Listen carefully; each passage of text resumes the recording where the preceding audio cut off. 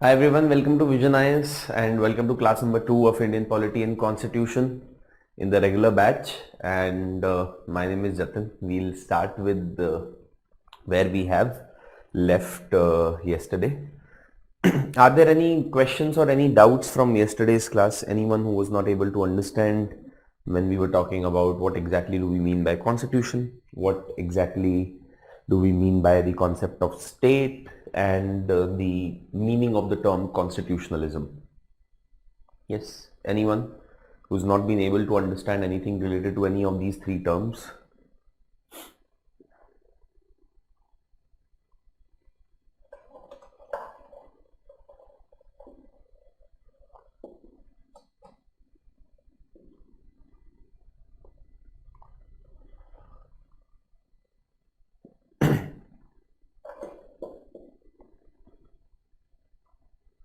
Now, in yesterday's class, we have already talked about the concept of constitutionalism, and I told you that constitutionalism is important for any particular constitution to survive.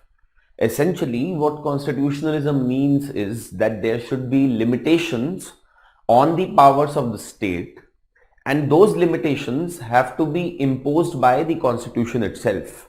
Otherwise, in any particular circumstance, it is possible that the state may end up using the constitution or the powers that have been given to it in such a manner that it can defile the entire constitution. What I mean to say essentially is what happened in Germany during the rule of Hitler.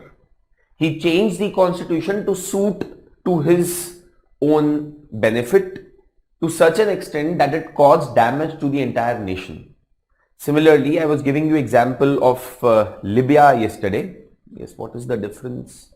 Okay, so some students I've been told are confused between the meaning of the term state and the government. See, first and foremost, as I told you yesterday, a lot of times government and state are terms that are used interchangeably. To be very honest, there is nothing wrong with that. But if we look at this particular aspect as students of political science, then it is wrong. Because as purists of political science, government is essentially executive and government is one of the branches of the state. Are you trying to get me what I'm trying to say here? See, understand what I'm trying to say here. And this should resolve the confusion once and for all. मैंने कल भी बताया था that a lot of times the term state, as per many people, is synonymous with the term government.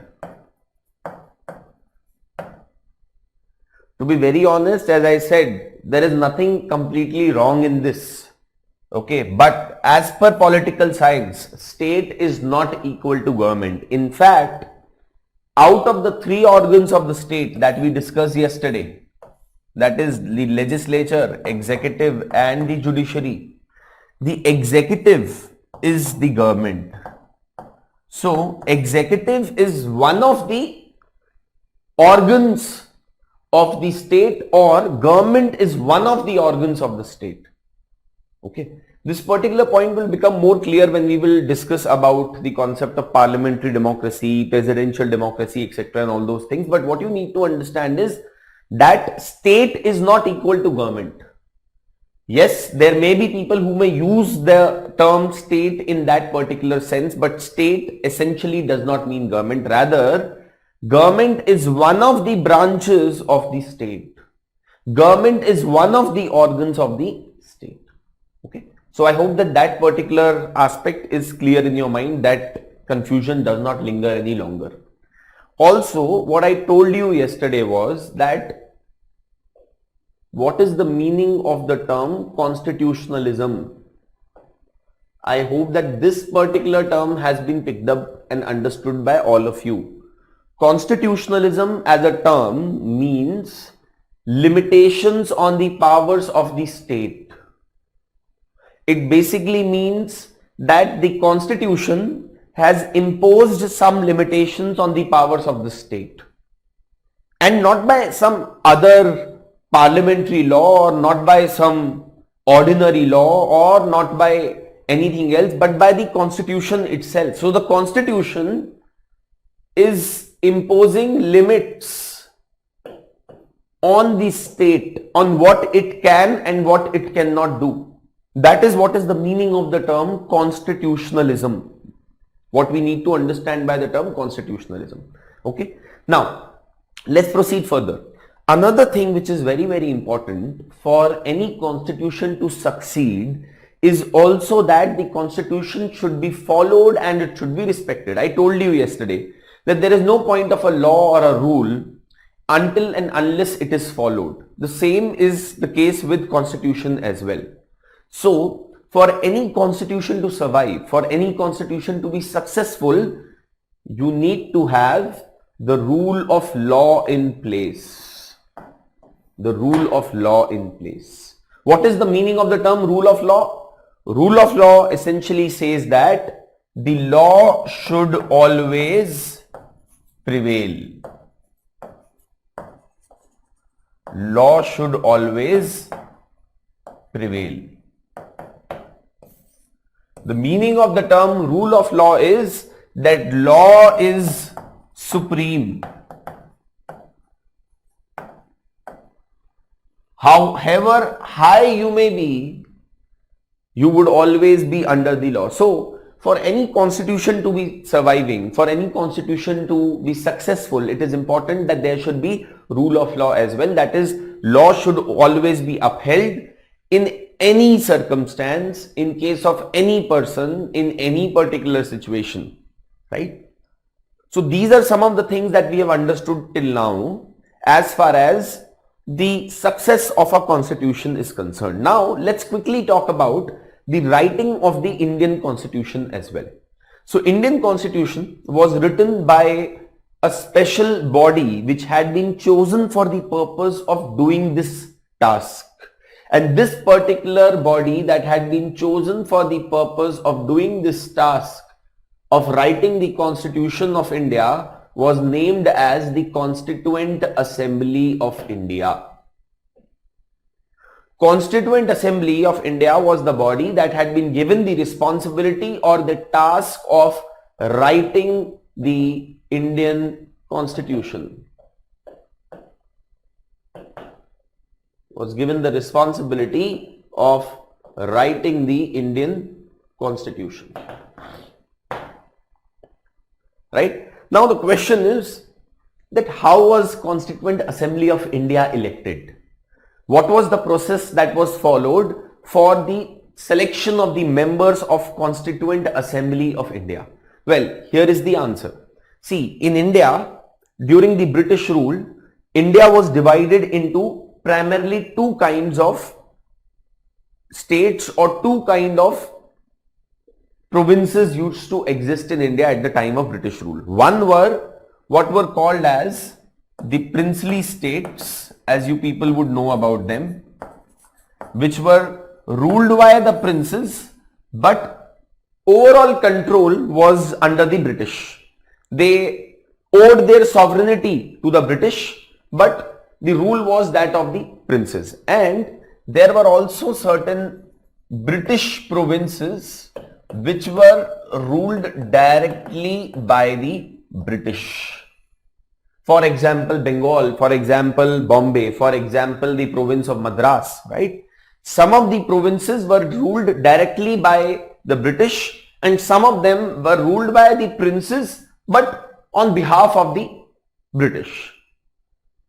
So both British provinces and princely states sent their representatives to the Constituent Assembly of India.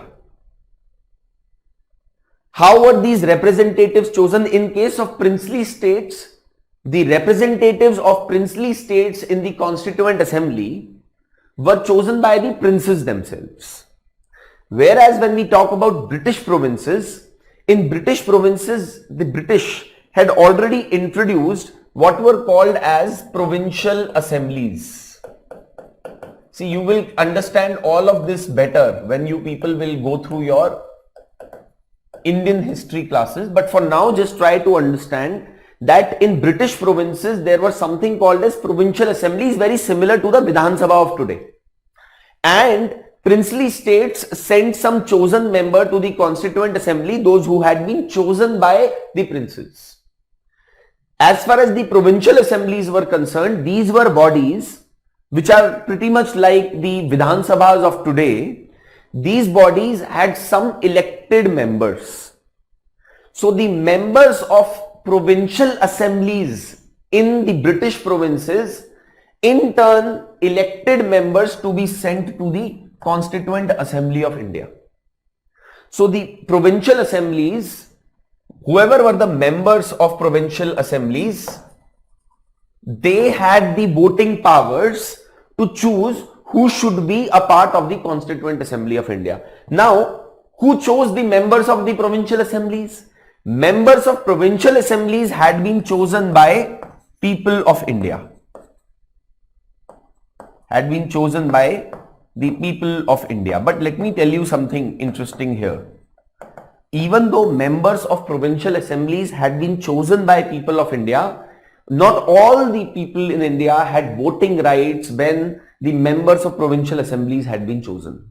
That basically means जब provincial assemblies के लिए elections हुए तो सारे Indians के पास voting rights नहीं थे.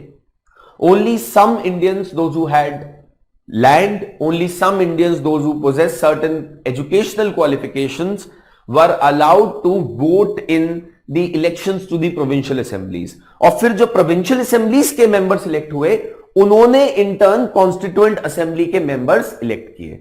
So what we need to understand is that the members of Constituent Assembly of India were actually elected indirectly.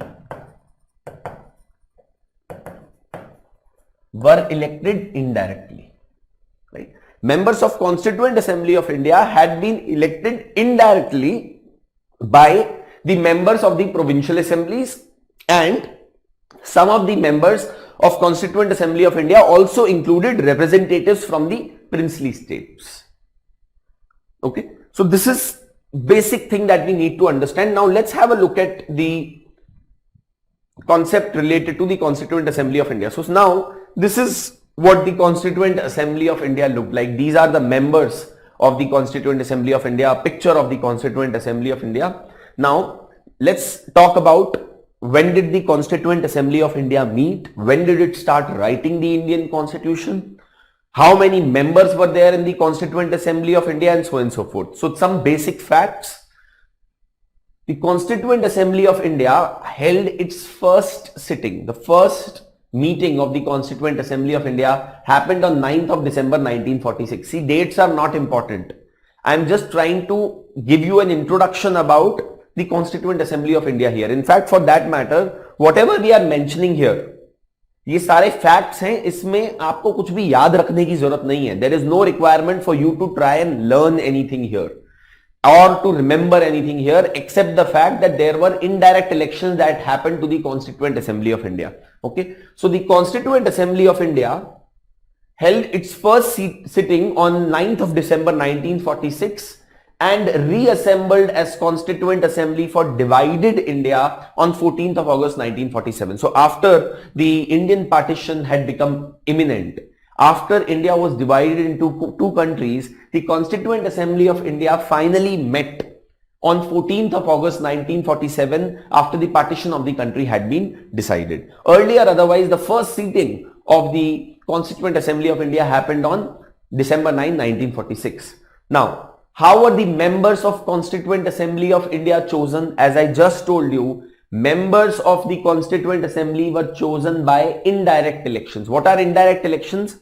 I will elect someone, and then someone else, that whoever I am electing will in turn elect someone to be a part of that body. That is what indirect elections is. So why indirect elections in case of Constituent Assembly of India? Because citizens of India chose the members of provincial assemblies and the members of provincial assemblies in turn chose the members of Constituent Assembly of India. Okay, so just try to understand some very basic things here. Don't get confused. Do not try to put too much stress on yourself. We are just getting an introduction to Indian Constitution. अभी भी हम introduction पे ही हैं, हम कहीं आगे ज्यादा नहीं बढ़े हैं, ठीक है? Now it says that each province and each princely state or group of states were allotted seats proportional to their respective population, roughly in the ratio of 1:10 lakh. So basically what it means is more will be population of a princely state or more would be the population of any provincial assembly or of any province, more number of members it would have in the Constituent Assembly of India. The ratio was 1:10,000, 1:10 lakh. That is, for every 10 lakh population in a province or in the princely state, one member was chosen to be a part of Constituent Assembly of India. Okay, so this is another thing that we need to understand. Then further, provinces were to elect 292 members, while the princely states were allotted a minimum of 93 seats, right? The seats in each province were distributed among Muslims, Sikhs and general in proportion to their respective population as well. So further, what was done was that how will the seats be further subdivided into provinces? Well, that was done on the basis of religion, that for Muslims in proportion to their population, there will be 20% seats reserved for them in the provinces. For Sikhs, there will be 10% seats that will be reserved for them in the province, depending upon whatever their percentage in population was in that particular province or that particular princely state, right? Now, further, post-partition, when the partition of the country happened, after that, there were several members of Constituent Assembly, those who moved out because there were several provinces and princely states that became a part of Pakistan. So they were no longer going to be a part of Constituent Assembly of India, but natural. So therefore, post-partition, the number of members in the Constituent Assembly of India was reduced to 299. So the final number that was there, this final strength of the Constituent Assembly of India was 299. The constitution was ready to be adopted on 26th of November 1949. But let me tell you, even though India's constitution was ready and it was approved. Now, what is the meaning of the term adopted? It means that the Constitution of India was approved by Constituent Assembly of India on 26th of November 1949, right? It was ready and it was approved by the Constituent Assembly of India on 26th of November 1949. But please keep it in mind that the Constitution of India commenced or came into force or came into effect not on 26th of November 1949, but on 26th of January 1950. So it was 26th of January 1950 that we actually proceeded with the commencement of India's constitution, that we made it into effect. It was ready and it was approved by the Constituent Assembly of India on 26th of November 1949, right? Now, can any one of you tell me what was the reason that despite the fact that India's constitution was ready on 26th of November 1949, we took so much time to bring it into effect? We took 2 months, we waited for 2 months to bring the Constitution of India into effect. We initiated the commencement of Indian Constitution on 26th of January 1950, even though it was ready and it was finalized on 26th of November 1949 by the Constituent Assembly of India. Yes, can any one of you tell me what is the possible reason because of which we delayed the commencement of the Indian Constitution by a couple of months? Yes, please tell me.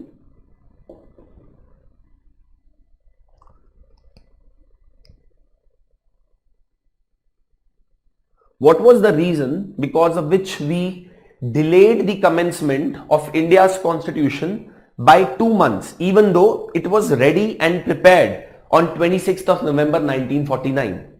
Constituent assembly of India ने finalise करके approve कर दिया था इस दिन को. That's why 26th of November 1949 or 26th of November is celebrated as Constitution Day in India. But 26th of January 1950 is the day when we actually proceeded with the commencement of the Indian Constitution. So what was the reason because of that?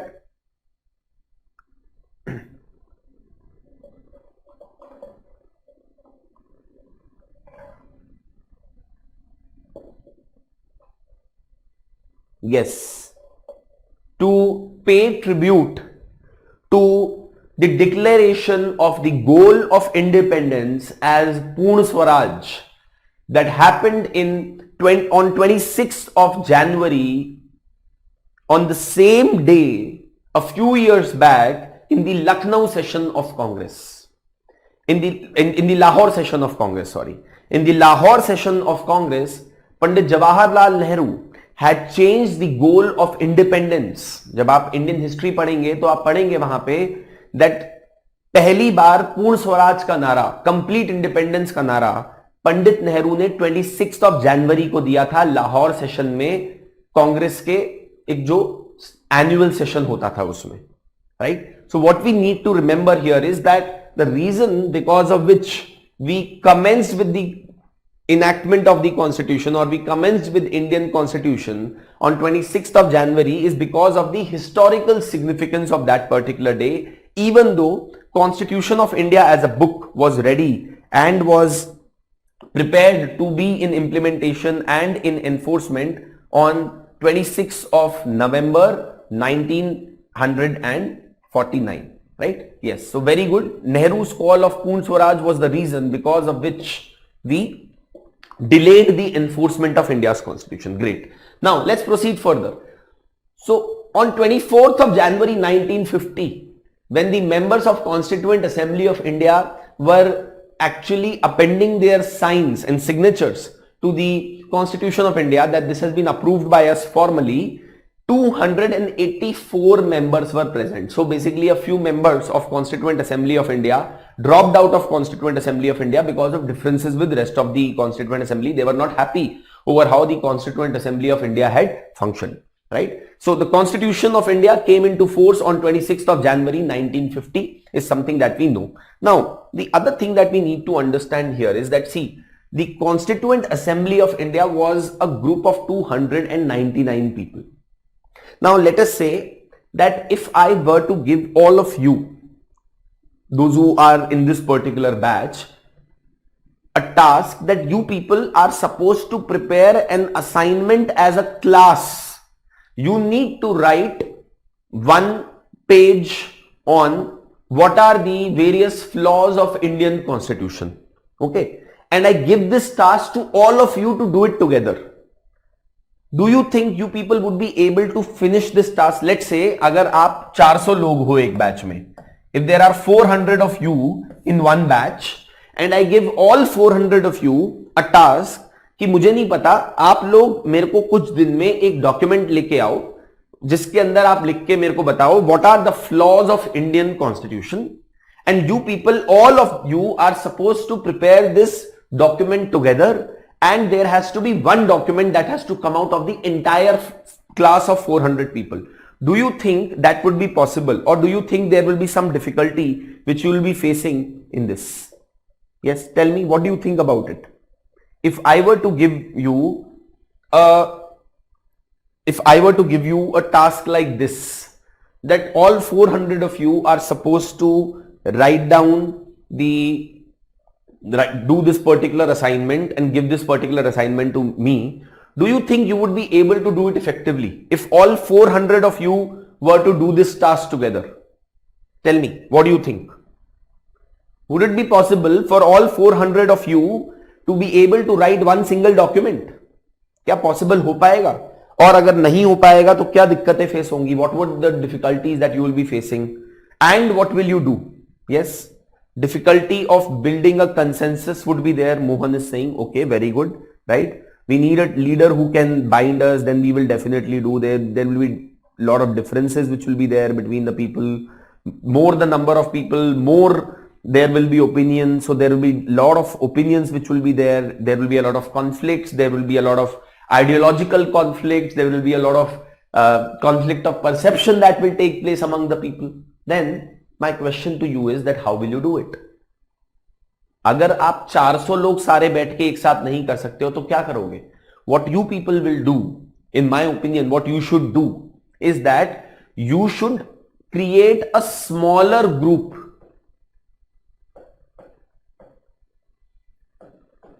from amongst these 400 members. Probably out of 400 of you, some 10 or 15 should be chosen by 400 of you who will be given the responsibility of doing this assignment, and then once the draft assignment has been prepared by the smaller group, then the draft assignment will be given to the larger group to finalize that yes, we agree on this draft assignment or not.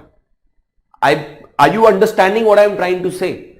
अगर 400 लोगों का group है तो 400 लोगों में discussion तो possible नहीं है, तो आप लोग क्या करोगे? आप बोलोगे कि यार 400 में से let us make a smaller group, may be a group of 10 people, let us give them the responsibility of making drafting the assignment. Once they prepare a draft, once they have prepared some kind of a framework, then we will discuss that draft assignment. After discussion, deliberation, we will approve it and then we will submit it to the teacher, right?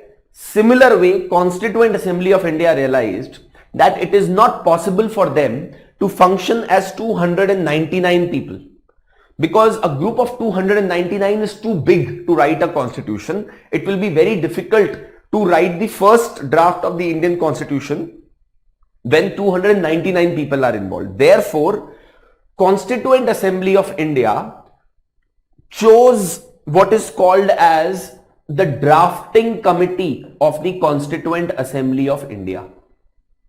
A smaller committee or a smaller group of the Constituent Assembly of India that was created with the responsibility of writing the draft constitution was the drafting committee.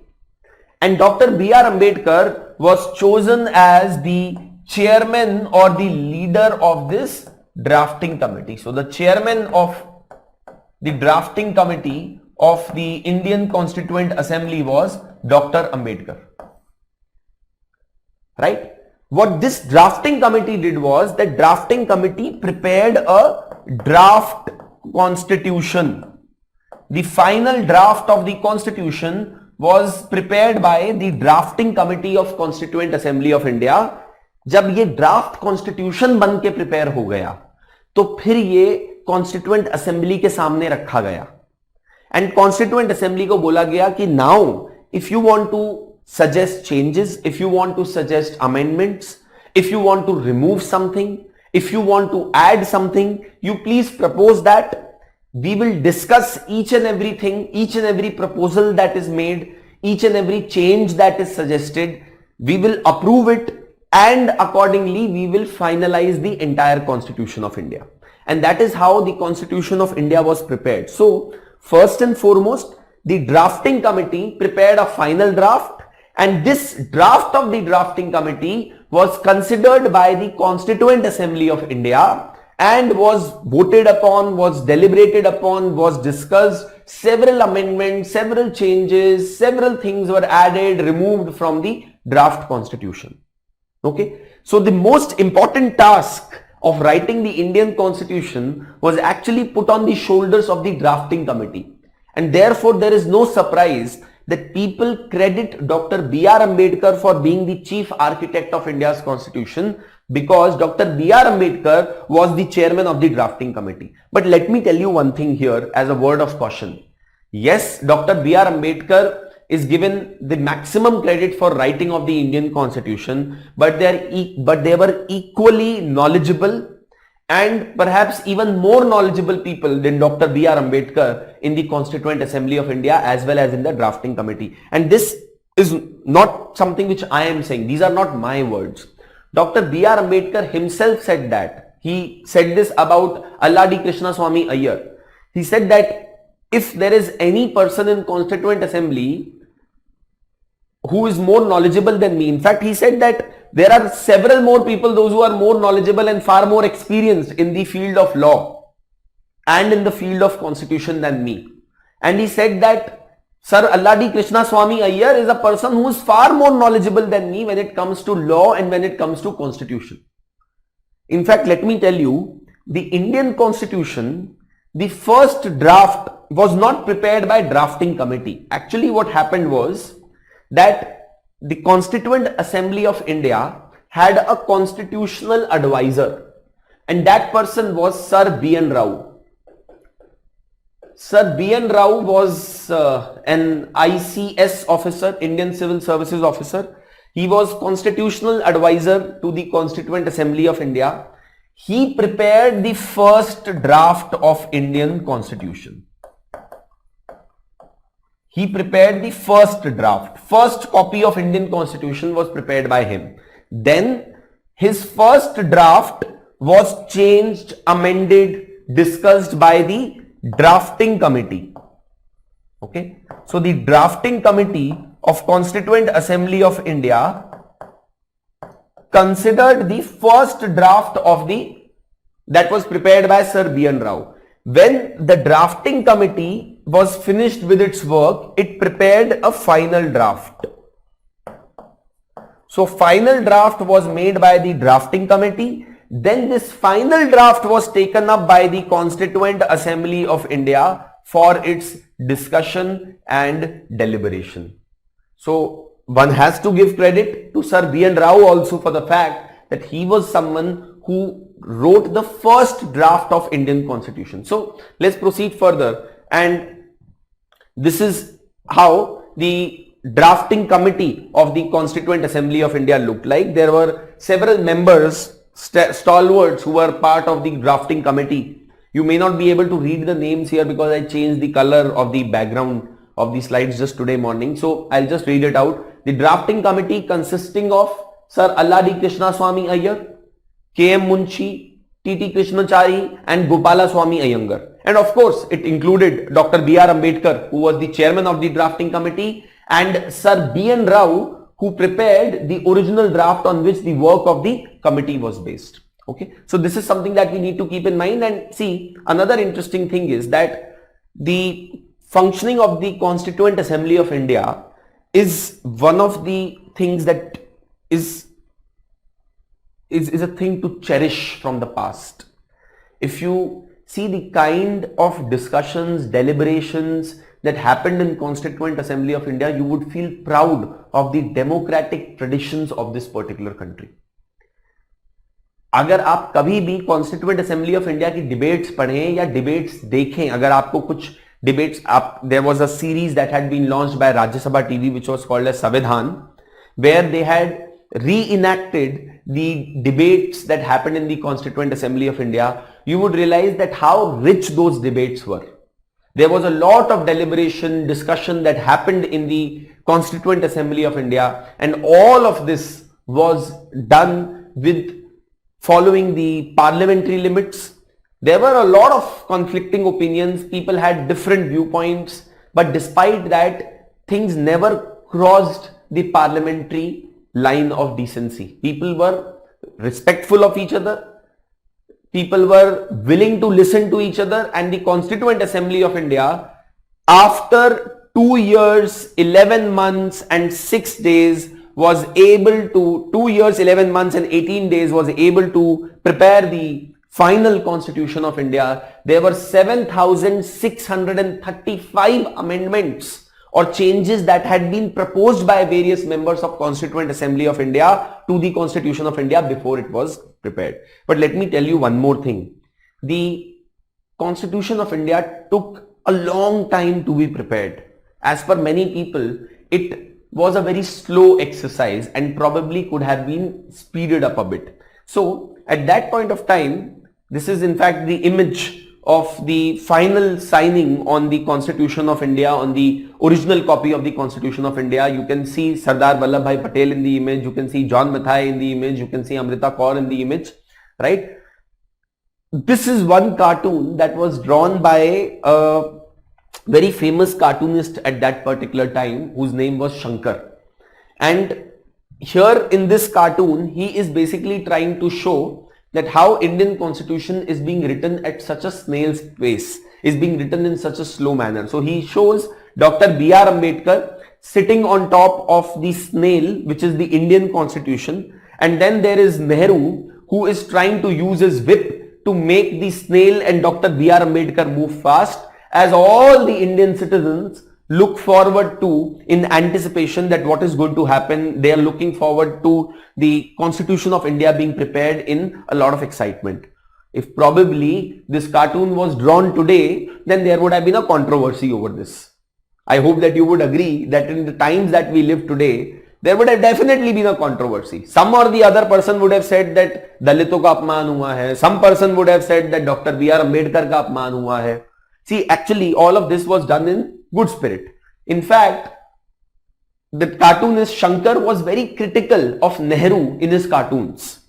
So, such were the democratic traditions of this country that when a question was asked of Nehru that aren't you worried that this cartoonist keeps drawing pictures, keeps drawing cartoons where he makes fun of you, he keeps drawing cartoons where he is so critical of you. So at that point of time, Pandit Nehru once made a comment that Shankar, do not spare me.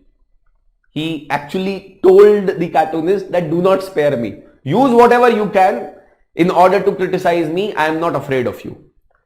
Imagine the kind of boldness and the kind of democratic tradition and the values and the ethos that our leaders at the time of independence used to believe in. Even when there used to be disagreements, even when there used to be a conflict of opinions, it was all done in a very respectful manner. And see where we have landed today. 70 years after independence, we can definitely say that there is so much that we have to learn from the forefathers of this country. Right? Anyway, so the Constitution of India was prepared, was ready on 26th of November 1949, and then finally on 26th of January 1950 it was brought into enforcement by the Constituent Assembly of India. Now I have one question for you people, and that question is that the first elections in India, the first elections in India happened in 1951 and 52. So from 1947 to 1951, did India have no parliament? Did India have no parliament? And if yes, then who was performing the function of Parliament of India from 1947 to 1951? The first elections in India happened in 1951 and 1952. तो मेरा सवाल आपसे ये है कि 1947 से लेके 1951 तक क्या इंडिया के पास कोई पार्लियामेंट नहीं थी? और अगर इंडिया में कोई पार्लियामेंट नहीं थी तो पार्लियामेंट का फंक्शन या काम कौन कर रहा था इन 4-5 साल, till the time the Parliament of India was elected? Yes? Please tell me, what do you think?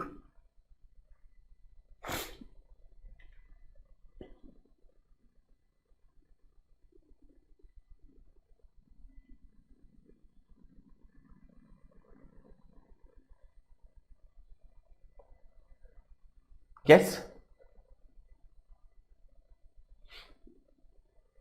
Who can answer that question? From 1947 to 1951, did India have no parliament? Because देखो पहले general elections तो India में 1951-52 में हुए, तो उस समय तक पार्लियामेंट का काम कौन कर रहा था? For 4-5 years, who did the work of parliament in India? Yes? Who can tell me?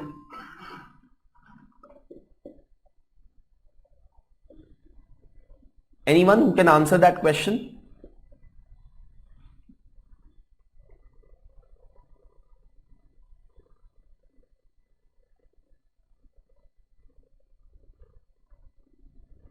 Anyone?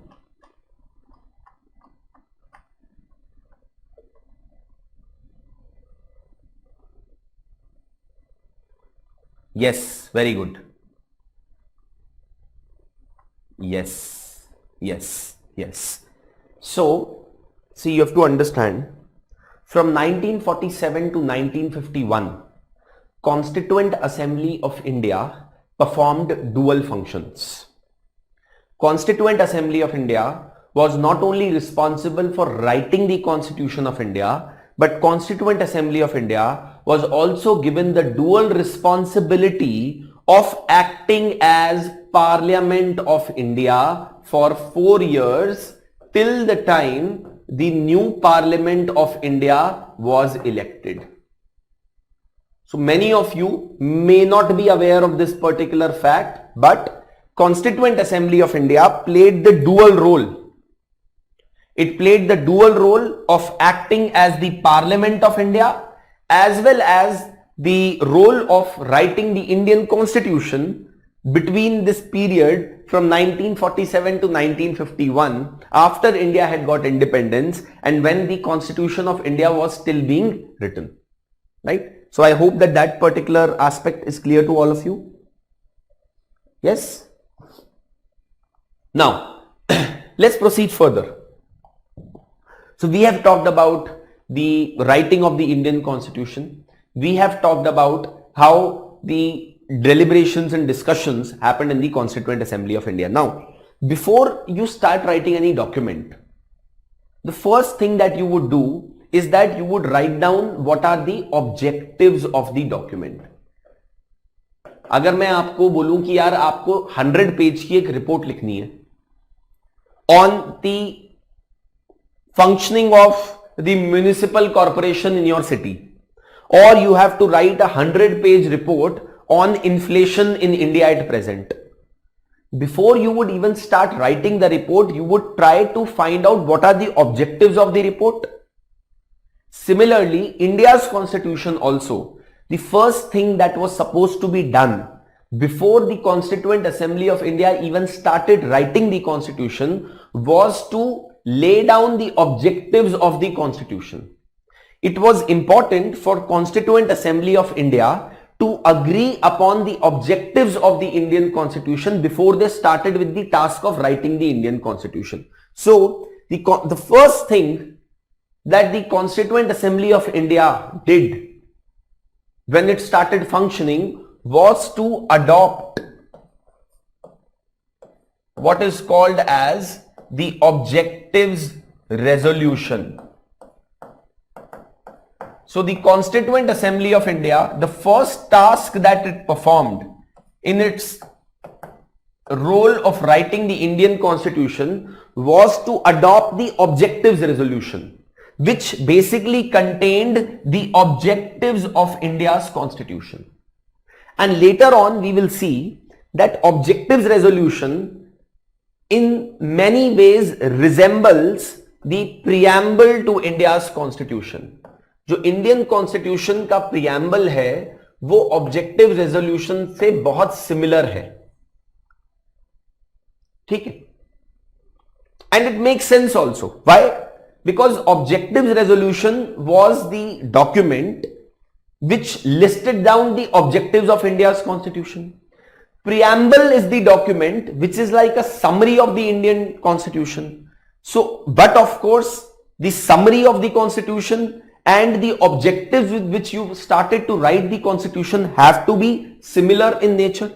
So, preamble of India's constitution is based on the objectives resolution that was adopted by the Constituent Assembly of India. Okay, therefore आप इन दोनों के अंदर एक eerie similarity ढूंढोगे. But I will tell you one more interesting thing. The last part of Indian constitution that was finalised by the constituent assembly of India was the preamble to India's constitution. Because जब Indian constitution बन के prepare हो गया तो उसकी summary के form में preamble को इंडियन कॉन्स्टिट्यूशन के बिगिनिंग में लिख दिया गया. But actually preamble to India's constitution is based on the objectives resolution which listed down the objectives of India's constitution. I hope that is clear. So let's have a look at the objectives resolution once, and you will be able to understand and appreciate that better. So again, this is all written in black.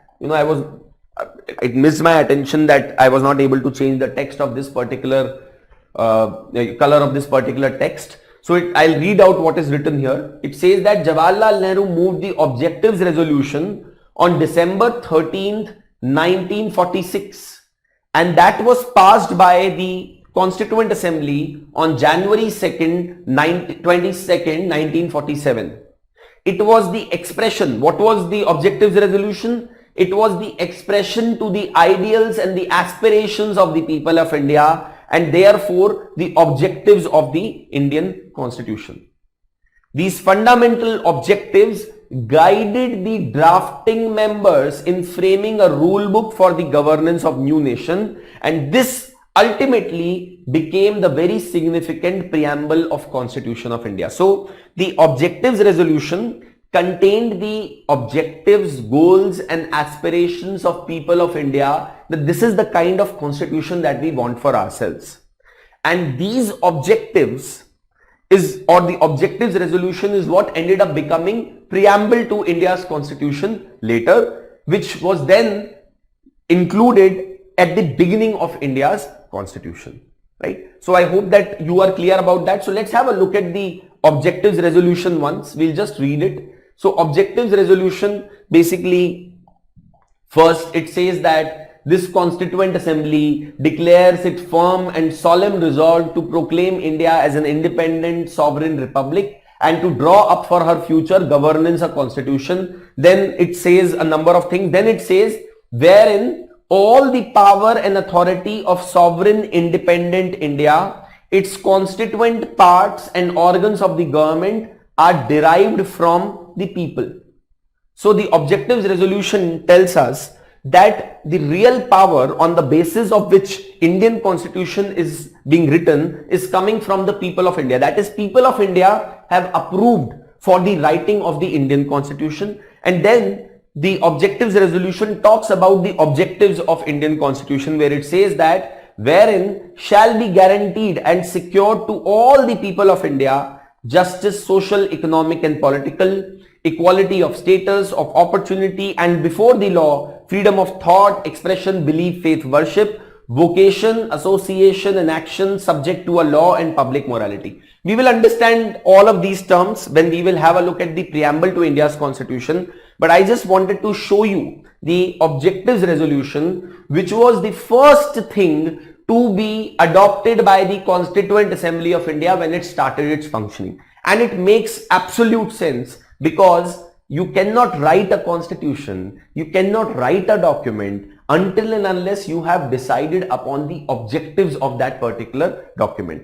And who was the person who was responsible for introducing the objectives resolution into India's Constituent Assembly? It was Pandit Jawaharlal Nehru. Let me also tell you something very interesting. Actually, even before Indian Constitution was prepared, there was one document or there was one report that was written by someone which was like a draft constitution of India. Does any one of you know about this? आप लोगों ने अगर Simon Commission के बारे में सुना हो, if you have read and heard about Simon Commission, Simon Commission was an all-white commission. Simon Commission was a commission or a body that had been given the responsibility of writing the Constitution of India when India would be given dominion status by the British. But unfortunately, Simon Commission was an all-white commission. इसमें कोई भी Indian present नहीं था. तो जब Simon Commission India आई तो उसका बहुत ज्यादा विरोध हुआ. There was a lot of protest against the Simon Commission. Indians were not happy that how can Indians not be given a chance to write the Indian Constitution, but whites are being given a chance. The British said that, oh, you Indians are illiterate, you people do not really know anything, you will not be able to write a constitution. So then in response to Simon Commission, there was something that was made by Indian leaders. What was that? Can any one of you tell me about it? What was that report which was prepared in response to the Simon Commission report? Yes, very good. Motilal Nehru prepared a report which was in a way the draft constitution that was prepared for India in 1920s only, and that report was called as Nehru report, which was like a draft constitution and which was a response to the Simon Commission that you people said that we Indians cannot write a constitution, here it is for you to consider. So you people will go through all these facts, you will go through all these things when you will be attending your Indian history classes, and they will be taken up with you. But for now, what you need to understand is that the objectives resolution was the first document that was, or the first thing that was adopted by the Constituent Assembly of India when it began its functioning, right? So we have understood the concept of the writing of the Indian Constitution, and this is what Granville Austin, a great constitutional scholar and a philosopher, had to say about the writing of the Indian Constitution. Granville Austin said that with the adoption of the Constitution by the members of the Constituent Assembly on November 26, 1949, India became the largest democracy in the world. By this act of strength and will, Assembly members began what was perhaps the greatest political venture since that originated in Philadelphia in 1787. What happened in Philadelphia in 1787, which Granville Austin is talking about? See, Granville Austin basically said कि Indians ने एक वो ऐसी चीज करी है constitution को adopt करके जो कि इस दुनिया में पहले शायद एक ही बार हुआ 1787 में फिलाडेल्फिया में. Yes, what happened in 1787 in Philadelphia? Can anyone tell me what happened in 1787 in Philadelphia? You people have attended world history classes, so tell me what happened in Philadelphia in 1787, after which Granville Austin says that this is the biggest movement in the history of the mankind. Yes, American Constitution was prepared and American Constitution was finalized in Philadelphia in 1787. उसके बाद Granville Austin बोलता है कि भाई India इस एक single act of its constituent assembly से largest democracy in the world बन गई है. Now let me tell you something very interesting. You know, people say that India is the largest democracy and United States of America is the oldest democracy. Well, I do not agree with that. I believe that India is not only the largest democracy, but India is also one of the oldest democracy, and United States of America cannot claim to be the oldest democracy in the world. And I'll tell you what is the reason why I say that. The reason for that is United States of America, despite enacting a constitution in 1787, did not give voting rights to women till 1930s. United States of America, despite enacting its constitution in 1787, did not give voting rights to all the blacks in the country till the 1960s. What kind of a democracy are we talking about when certain sections of population were not given voting rights? आप सोच के देखिए 1960s तक सारे blacks को America में voting rights नहीं थे. जब तक वहां पे सिविल राइट्स मूवमेंट नहीं हुआ तब तक वहां पे ब्लैक्स को वोटिंग राइट्स नहीं मिले थे. इंडिया में on 15th of August 1947 when we got independent, that very day we declared that we will be giving voting rights to all the Indians, irrespective of their caste, irrespective of their race, irrespective of their sex, irrespective of their religion. Of course, anyone who is above the age of 18 years, you know, there is a certain amount of maturity that is expected of you when you are given the voting right. But anyone above a certain age was given voting right in India, irrespective of the literacy status, irrespective of their social status, irrespective of the economic status.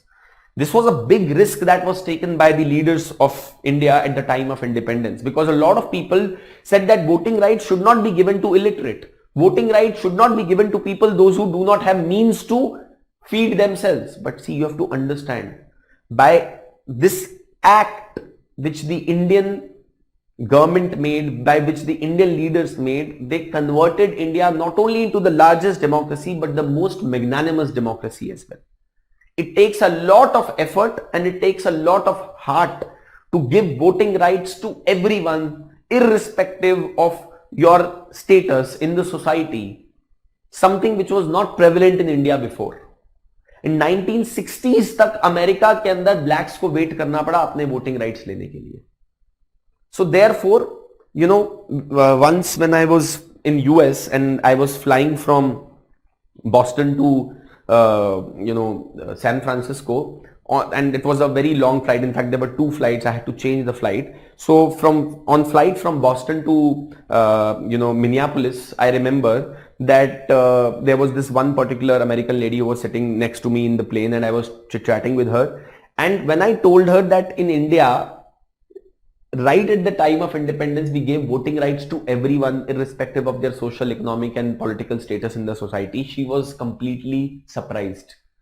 She was not able to understand that why America, which claims to be the oldest democracy in the world, took so many years to give voting rights to its own citizens just because on the basis of the color of their skin, right? So anyway, that is what we need to understand, and therefore I always say that we as Indians need to be very proud of the fact that we have a constitution that has been written in such a good spirit, a constitution that has been written with such modern values, and therefore it is the responsibility of each and every one of us, you and me and each and every one of us, to protect this constitution, to ensure that the constitution in this country is protected and is followed. Anyway, so now some interesting tidbits just to get you interested in the Constitution of India. If you would know, the Indian Constitution was the handwritten copy of Indian Constitution was written by a person called as Prem Bihari Raizada,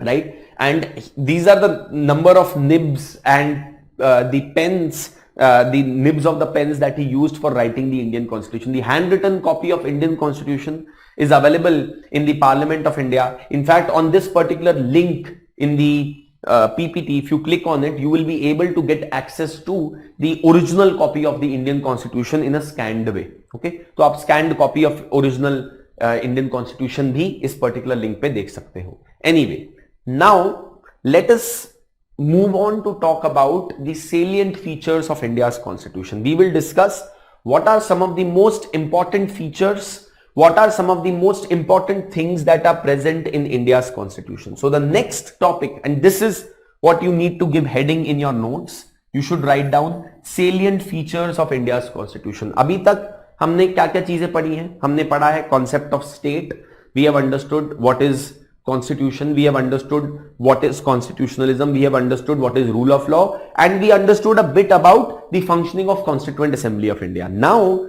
we will discuss about what are the salient features of India's Constitution. Okay, so you please give this heading in your notes, and we will start talking about the important and salient features of India's Constitution.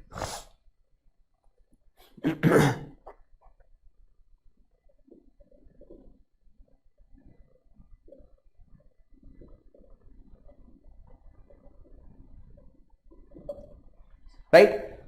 So salient features of India's Constitution. The first important and salient feature of India's Constitution is that India's Constitution is a modern and a borrowed Constitution. It is a modern and a borrowed Constitution. What is the meaning of the term that Indian Constitution is a modern Constitution? Indian Constitution is a modern Constitution essentially means that it includes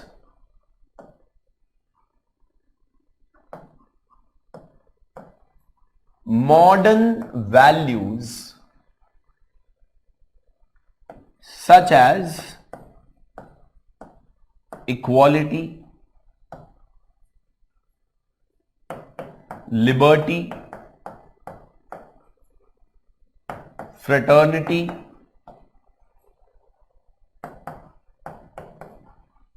idea of social justice,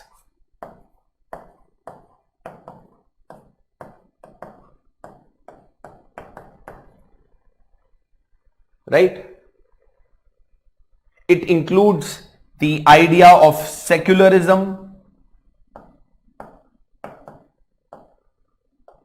So Indian constitution is said to be a modern constitution not only because it was written in the modern times, but also because Indian constitution includes several modern values in it. Clear? Second, Indian constitution is also said to be a borrowed constitution. That is, Indian constitution to a large extent was written by borrowing from the other constitutions of the world. By borrowing from other constitutions of the world. There are so many provisions in India's constitution that have been borrowed from other constitutions. So let us first talk about what are these various provisions in India's constitution that have been borrowed from different parts of the world, and then we will understand what could be the reason because of which we had to borrow values from the other constitutions. So first and foremost, let's talk about United States of America. What values were included into India's constitution, or what values were made a part of Indian constitution from United States of America? Yes, please tell me. What values did we borrow, or what are the provisions that we borrowed in India's constitution from United States of America? Who can tell me? Yes.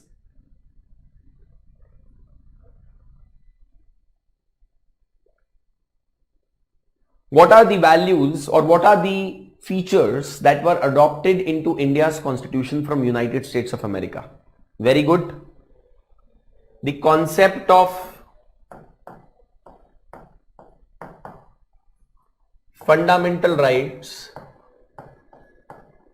was included into India's constitution inspired from United States of America.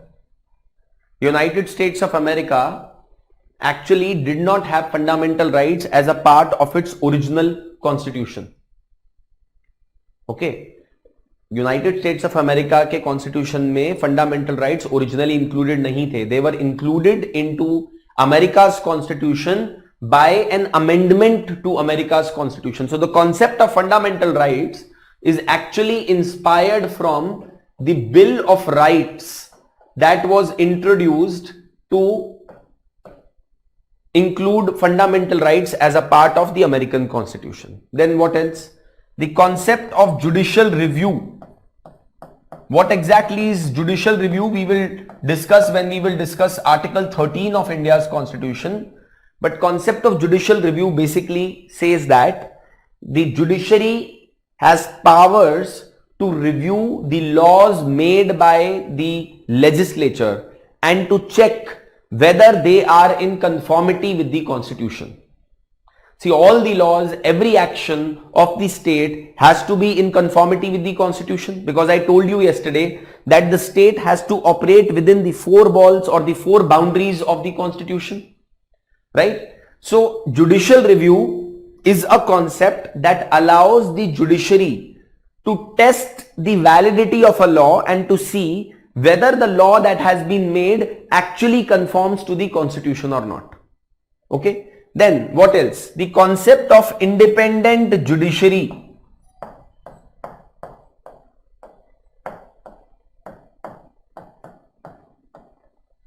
The concept of independent judiciary was also included and adopted into India's constitution and was inspired by United States of America. Then even the office of vice president in Indian constitution is inspired from United States of America.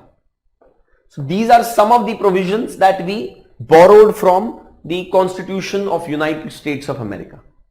Clear? Now let's proceed further. What are the things that we have learned from United Kingdom?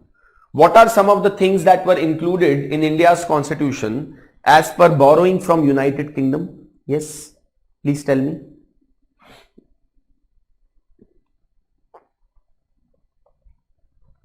What all did we pick from United Kingdom? First and foremost, when we talk about United Kingdom, we picked up our entire parliamentary system.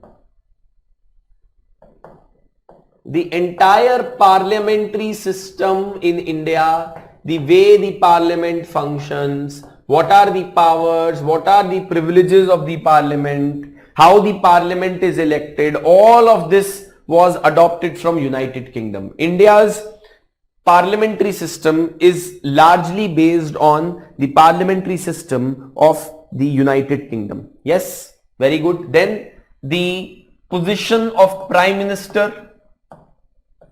Very good. Position of Prime Minister is something that we adopted from United Kingdom. That is also another aspect that was included as a part of Indian Constitution from United Kingdom. Right? Then you can, so parliamentary system में सब cover हो जाएगा. Office of the Speaker, the functioning of the Parliament, how laws are made in the Parliament, parliamentary privileges, etc. Everything will be covered here only. Right? Then the concept of rule of law is also something that we adopted from UK. The concept of rule of law.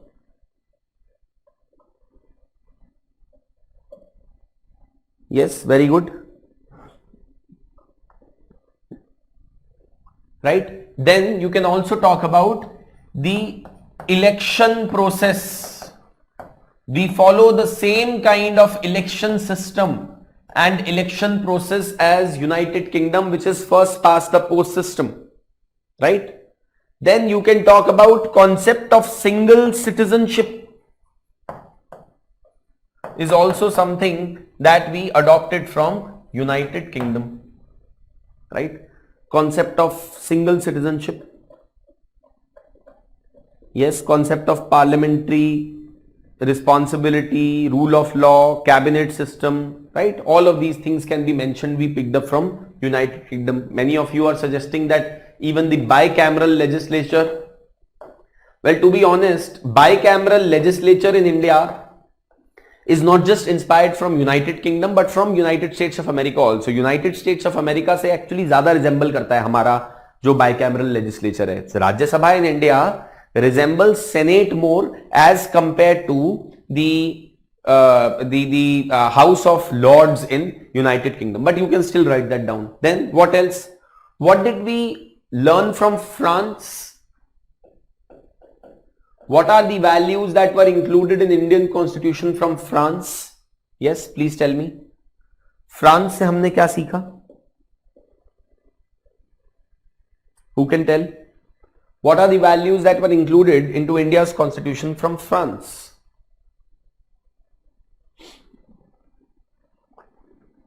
Yes, very good, Jyoti. So the principles of liberty, equality and fraternity have come into India's constitution from France. The concept of liberty, equality and fraternity have been included as a part of India's constitution, inspired by the French Revolution and inspired by the French values. Okay, great. Now let's talk about Canada. From Canada we learned, or India's federal system, or the working of India's federal system and India's federation is inspired by Canada. India's federal system is inspired by Canada, is inspired from Canada. Okay. Then what did we learn from South Africa? The process of amendment of Indian Constitution.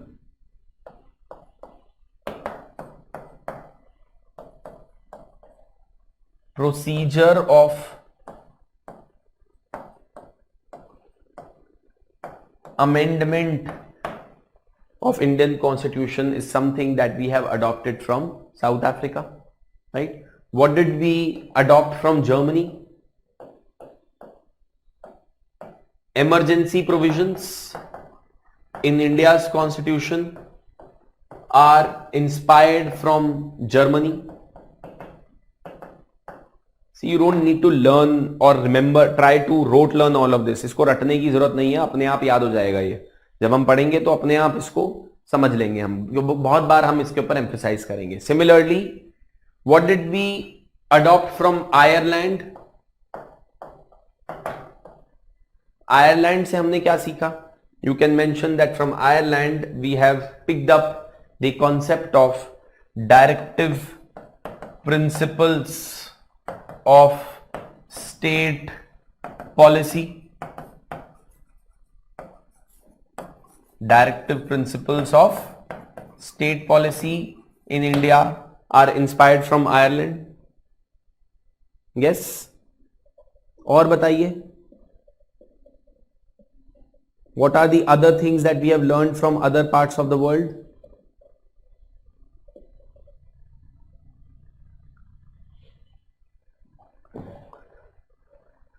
From Japan and one can say UK also, we learned or we included the concept of procedure established by law. The concept of procedure established by law. What exactly is this procedure established by law? We will understand it when we will read Article 21 of the Indian Constitution. Right? फिर और क्या है? Soviet से हमने क्या सीखा?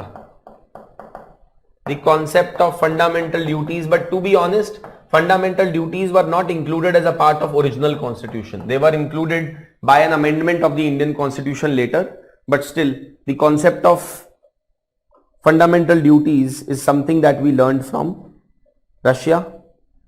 Yes. So there are several other things, you know. People may say concurrent list concept, we understood it from Australia. Concurrent list concept, actually we understood it from the Canada as well, Canadian system as well. So there are so many things. But now the question that I have for you is, do you think it was possible for Constituent Assembly of India to write a fresh constitution starting from scratch? See, ये बड़ा important question है, because it is often alleged that Indian Constituent Assembly did nothing, but it did a copy paste job. It did a control C, control V. Okay, it borrowed and copied provisions from other constitutions of the world. And in fact, one allegation that is labeled against India's constitution is that it is a slavish imitation of the West. Indian constitution is a slavish imitation of the West. That is, एक slave की तरह हमने अपने masters के constitution को adopt करके India के constitution में लिख लिया. Do you agree with that particular statement, or do you think it was not possible to write a completely fresh and a new constitution? Do you think that Indian constitution could have been written from scratch? If yes, then why? What do you think? And or do you think that no, Indian constitution in no way could have been written from scratch that late in the day? What is your view on this? Yes, Shivam is saying that no sir, because most of the political ideas had emerged in different parts of the world already. Okay, what else? Jyoti is saying that no doubt that Indian constitution provisions were borrowed from other constitutions, but it suited the Indian society. Priyansh is saying Indian constitution is only inspired by the different constitutions of the world. Yes. Yash is saying no sir, because it took much longer time and India wanted to implement constitution as early as possible. That is also true. Yes, Abhay is correct, because basic principles would be the same and it is not possible to make everything unique. Yes, very good. The constitution is not a slavish imitation, as these provisions are debated and discussed and modified according to the needs of the country. Very good. India could not have written it completely originally. Fine. Abhay is saying we haven't copied, instead adopted what is superior for the people. They wanted to give a successful constitution rather than a failure. Correct. So see, Dr. B.R. Ambedkar actually gave a response in the Constituent Assembly of India on this particular issue. He said that a lot of people are saying that Indian constitution is a slavish imitation of the West. I don't agree with that. पहली बात तो वो ये बोलते हैं कि यार we are writing the Indian constitution so late in the day. हम इंडिया का कॉन्स्टिट्यूशन 1947 में लिख रहे हैं, जब ऑलरेडी बहुत सारी कंट्रीज के कॉन्स्टिट्यूशन बन के तैयार होके इंप्लीमेंट हो चुके हैं. तो मैं क्यों बेवकूफों की तरह जीरो से स्टार्ट करूं और मैं क्यों ना लर्न करूं from the experience of the other countries. When I am borrowing provisions from other constitutions of the world, I am also borrowing the learning that they have had with those constitutional provisions. I also understand that there were certain failures of the other constitutions of the world, and I am trying to incorporate those learnings, and I am trying to incorporate those particular aspect into India's constitution. So it cannot be said that India's constitution is a cheap copy of the constitution of the West. Secondly, he says that there are already well settled principles across the world with respect to what constitutions should look like. Now at this point of time, you cannot expect me to write something completely fresh. अगर democracy का idea पहले ही explore हो चुका है तो अब आप क्या चाहते हो, मैं डेमोक्रेसी के जगह पे कोई और नया आइडिया इन्वेंट कर दूं? I can not do that. So doctor B R Ambedkar says that see Indian constitution yes has been inspired from the other constitutions of the world, but that is because we are writing the Indian constitution so late in the day. And he also says that Indian constitution is actually a learning that we have learned from the failures and the successes of the other constitutions of the world, and we have incorporated all of that into India's constitution by suiting it to India's need, by suiting it to India's society. And then he also says that it's not that Indian constitution does not have original provisions. ऐसा नहीं कह सकते आप. For example, when you look at Article 17 of India's constitution that talks about abolition of untouchability, ये provision आपको दुनिया के किसी constitution में नहीं मिलेगा. This is something which is very unique to India's constitution, right? Similarly, when you look at abolition of articles under Article 18 of India's constitution, that is also something that you will not find in any other constitution of the world. Similarly, when you read Article 29 and Article 30 of India's constitution, the rights that have been given to the minorities in India is also something which is very unique to India's constitution and is not available in other constitutions of the world. So to say that Indian constitution is a cheap imitation or a slavish imitation of the West will be wrong. And this is what Dr. B.R. Ambedkar had to say in the Constituent Assembly of India. This is the exact speech that he made. He said that, and let's read this speech once to understand the same thing, that he says that one likes to ask whether there can be anything new in a constitution framed at this hour in the history of the world. More than 100 years have passed when the first written constitution was drafted. He is referring to United States of America. He says that it has been followed by many countries reducing their constitutions to writing. What the scope of a constitution should be has long been settled. Similarly, what are the fundamentals of a constitution are recognized all over the world. Given these facts, all the constitutions in their main provisions must look similar. वो बोलते हैं कि यार already settled principles हैं कि constitution में क्या होना चाहिए, क्या नहीं होना चाहिए, और इसीलिए आप देखोगे कि अब दुनिया के सारे कॉन्स्टिट्यूशंस ऑलमोस्ट सिमिलर ही दिखेंगे आपको, because some settled principles have been accepted globally by all the countries. Further he goes on to say that the only new things if there can be any, वो बोलते हैं कि कुछ नई चीजें जो कि इंक्लूड की जा सकती हैं, they can be in a constitution framed so late in the day are variations made to remove the faults and to accommodate it to the needs of the country. तो वो बोलते हैं कि यार देखो अब इतनी देर से हम कॉन्स्टिट्यूशन अपना लिख रहे हैं, तो you can not expect me to write something completely afresh. But what we can do is we can learn from other countries of the world. We can learn what are the various things which should be included as a part of the Indian Constitution, and secondly we can learn to change the provisions of other constitutions of the world to suit our needs. That's the best that we can do.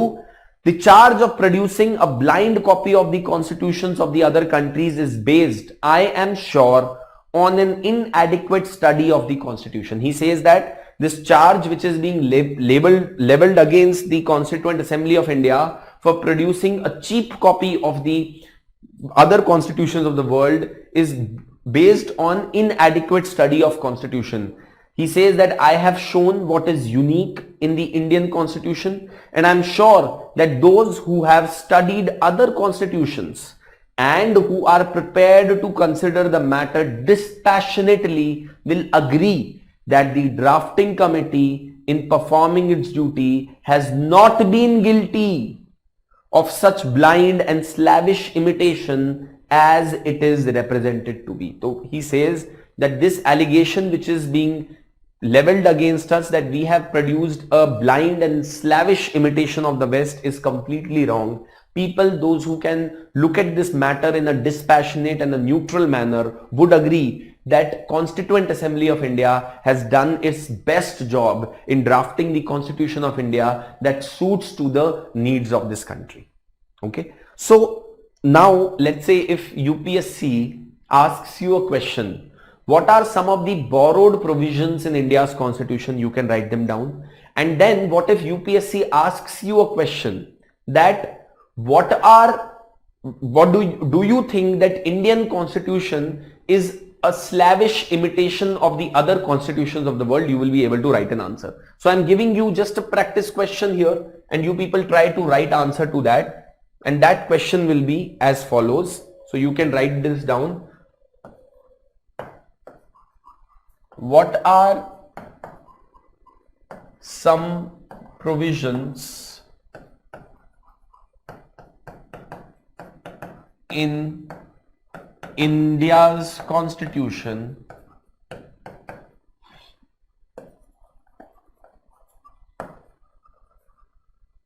that are inspired from other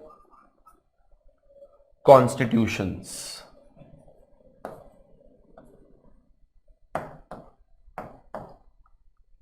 It is often said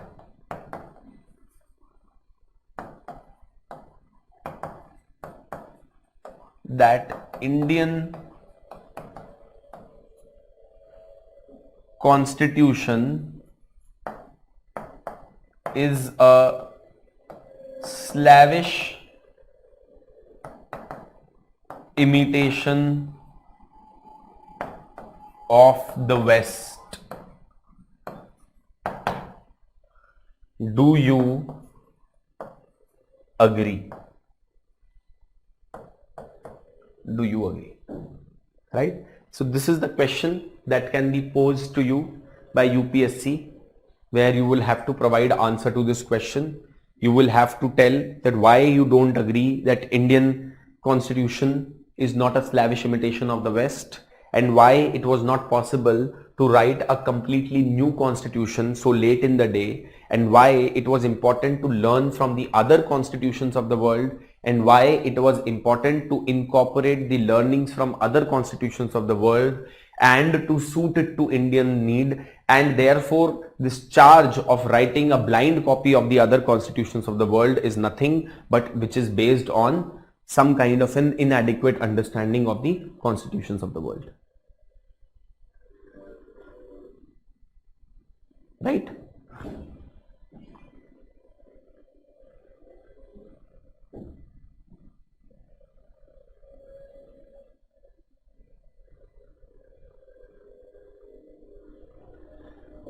Clear? Now, see, the other thing that I also need to tell you, which is the aspect about India's constitution, apart from a modern and a borrowed constitution, also is that India's constitution is one of the lengthiest. In fact, it is the lengthiest constitution in the world. Can any one of you tell me what are the reasons because of which India's constitution is so lengthy? अगर आप देखो India के constitution में originally, मैंने आपको कल बताया था कि कॉन्स्टिट्यूशन के अंदर प्रोविजंस होते हैं. Those provisions are basically called as articles. Indian constitution में originally 395 articles were there, and now even many more other articles have also been added. तो अब तो 500 के ऊपर आर्टिकल्स हैं. India's constitution is one of the lengthiest constitution of the world. What could be the reasons? Why is Indian constitution so lengthy? आप अगर American constitution से Indian constitution को कंपेयर करोगे तो आप समझेंगे कि इंडियन कॉन्स्टिट्यूशन में 395 आर्टिकल है. इंडियन कॉन्स्टिट्यूशन स्टार्ट होता है तो खत्म ही नहीं होता. It is so long, it is so bulky. But when you compare it to the American constitution, it is a very short constitution. There are hardly any provisions which are there in the American Constitution. In fact, one of the reasons because of which Indian Constitution is not known by many Indians, most of Indians do not understand provisions of India's Constitution, is also because the Indian Constitution is so lengthy. पढ़ेगा कौन? Indian Constitution ultimately दो लोग ही पढ़ते हैं, या तो lawyers पढ़ते हैं या civil services aspirants पढ़ते हैं. Unfortunately, because it is such a lengthy constitution. But you tell me, what are some of the reasons because of which India's constitution is such a lengthy constitution? Yes. What are some of the reasons because of which Indian constitution is such a lengthy constitution? Yes, very good. So first and foremost, Indian constitution is a lengthy constitution because it accommodates accommodates की spelling गलत हो गई. It accommodates diversity in India's population. So we have specific provisions in India's constitution related to the well-being of the scheduled castes. We have specific provisions in India's constitution for the well-being of the scheduled tribes. We have specific provisions in India's constitution for some special states. We have specific provisions in India's constitution for the minorities. So Indian constitution is a very bulky constitution. One of the reasons is because it had to accommodate the diverse nature of Indian society and therefore satisfy the needs for the diverse population and the diverse sections of Indian society. That is one. Secondly, Indian constitution is also a very long constitution or is a very lengthy constitution is also because a lot of people say that it was written by lawyers, and when lawyers write, of course, they write in a very verbose manner. So that is also one of the reasons because of which India's constitution is a very lengthy constitution. Other than that, the reason for India's constitution being so long is because we have a single constitution for the states as well the center. In India, we have a single constitution both for the states and center. You compare that to United States of America, where in United States of America, they have different constitutions for the states and different constitution for the center. So अब जब आप states और center के related सारे provisions एक ही किताब में लिख दोगे तो of course वो बल्कि हो जाएगी. That is another reason.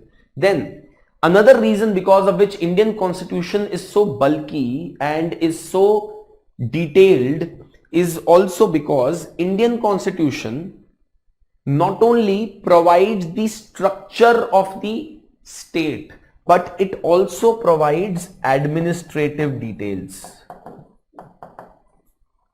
Indian constitution is a very detailed and a bulky constitution because various administrative details have been provided in India's constitution. How should the government be elected, how should the elections be conducted, how should the president be elected, how should the Supreme Court judges be appointed, how should the judges of high courts be appointed, what should be the powers of the civil services, how will the civil servants be appointed. All of this is mentioned in the Indian Constitution. One of the reasons for that was Dr. B.R. Ambedkar did not want to leave anything to chance. He believed that we are a new nation. We are a nascent nation. We have just come into existence. If I do not put all of these details into the constitution itself, then there would be a possibility of misuse of the constitution, or I will be ending up giving too many powers to the parliament to use its powers to suit its needs. So Dr. B.R. Ambedkar did not want to give excessive powers to the Parliament of India कि Parliament decide करे कि कैसे होना चाहिए. Rather, he wanted to put all of this within the Constitution itself so that there is no scope for ambiguity, so that there is no misuse of the Constitution that can happen. So that is also one of the reasons because of which you will find that Indian Constitution is so bulky and it is so lengthy in nature. Okay. Various administrative details have been provided in the Indian Constitution, something that you will not find in other constitutions of the world, right?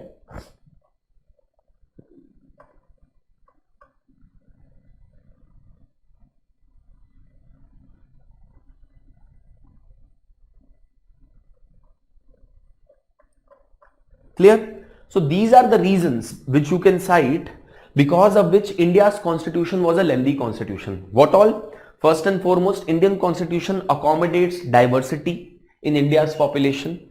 There are provisions that have been made for various sections of the society. We do not have separate constitutions of the state and the center. One single constitution is there. Indian constitution carries a lot of administrative details also because Indian constitution makers did not want to leave anything to chance.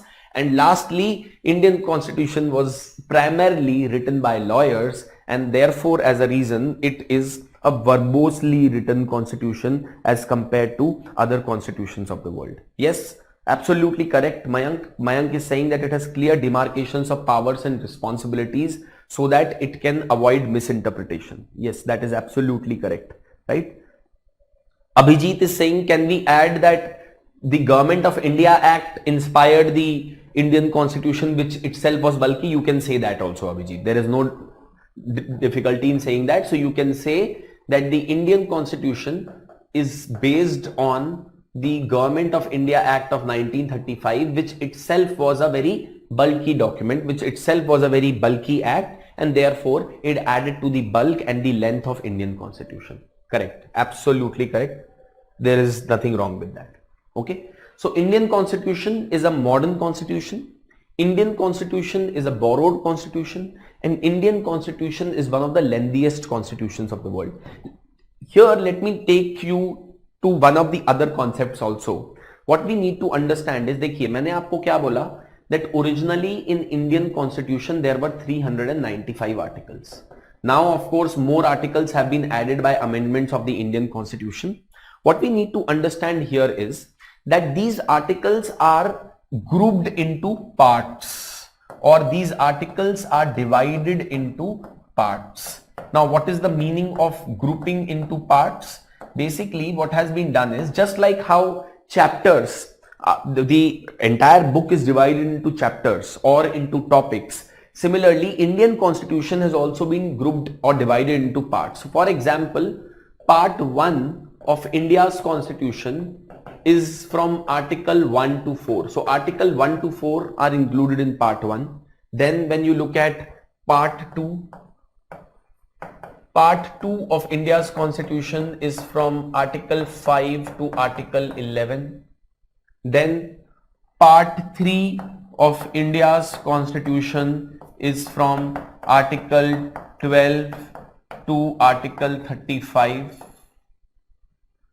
Part 4 of India's Constitution is from Article 36 to Article 51.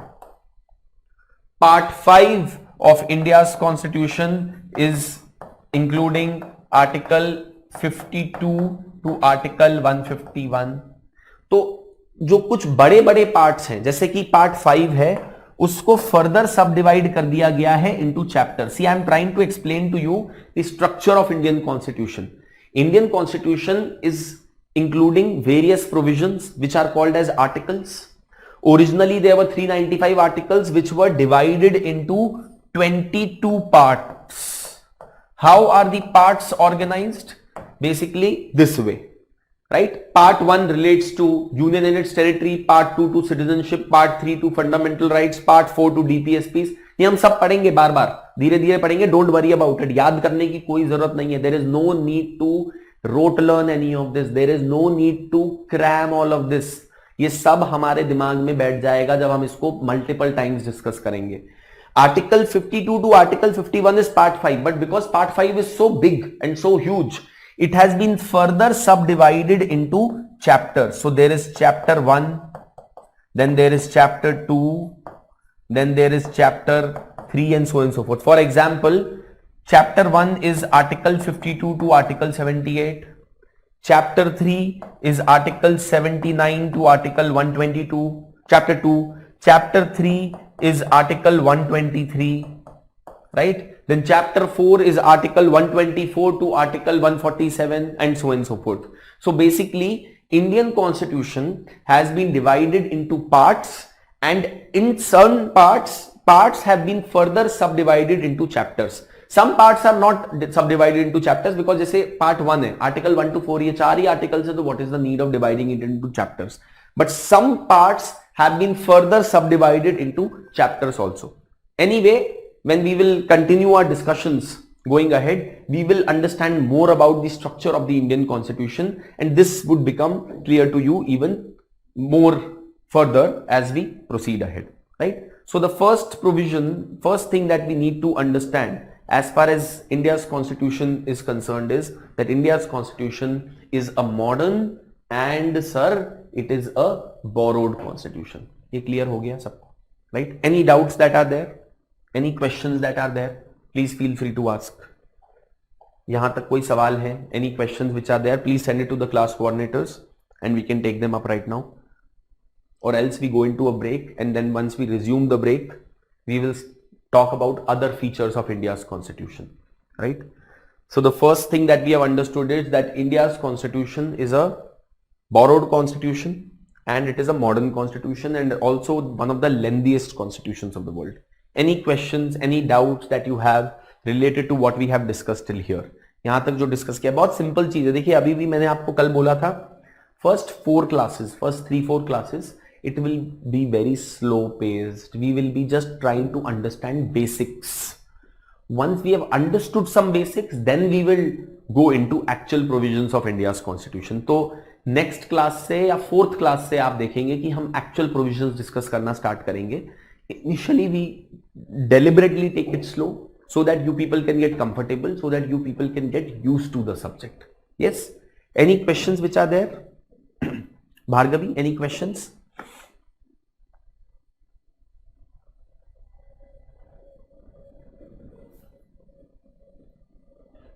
Okay, so let's do one thing. Let's go into a break for a few minutes. Let's grab our cup of tea. Let's grab our breakfast. You people also get fresh. And then when we come back, we will resume our discussion. And we will talk about other salient features or other important features of India's constitution. Okay, so I'll see you in a bit after the break. Right? In case there are any questions or there are any doubts which are there from your end, you please send it to the class coordinator and we can take it up after the break. I'll see you in a few minutes. Okay, so there are a couple of questions. I'll take a few of them which are relevant. How does Britain function when it doesn't have a written constitution, etc.? So we'll just come to that. We are just going to be discussing that beneath, right? So we will talk about it in the next few minutes. The other question that has been asked is that what the emergency provisions not taken from the Government of the India Act and the suspension of fundamental rights from Germany. So you are correct. See, you have to understand that ultimately a number of provisions are inspired from multiple countries. जैसे मैंने आपको बताया, अगर आप procedure establish by law को ही देखोगे, Some people would say that it has been adopted from Japan, but the country where procedure established by law was followed in actual or in reality the first was United Kingdom.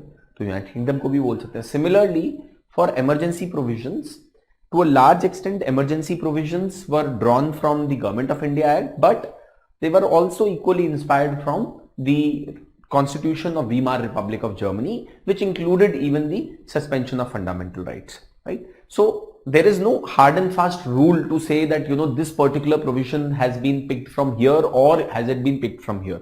You have to understand that. Another thing is that even in UPSC's question, there would not be any kind of an ambiguity. They would not try to play around with this ambiguity with you, and they would not try to pose questions to you on the basis of this ambiguity so that they will try to make you confused on that. वो UPSC नहीं करती है, and that's not something which you need to be worried about. Okay, now let's proceed further. And the other thing which is very, very important about India's constitution, the other feature of India's constitution is that it is a written constitution.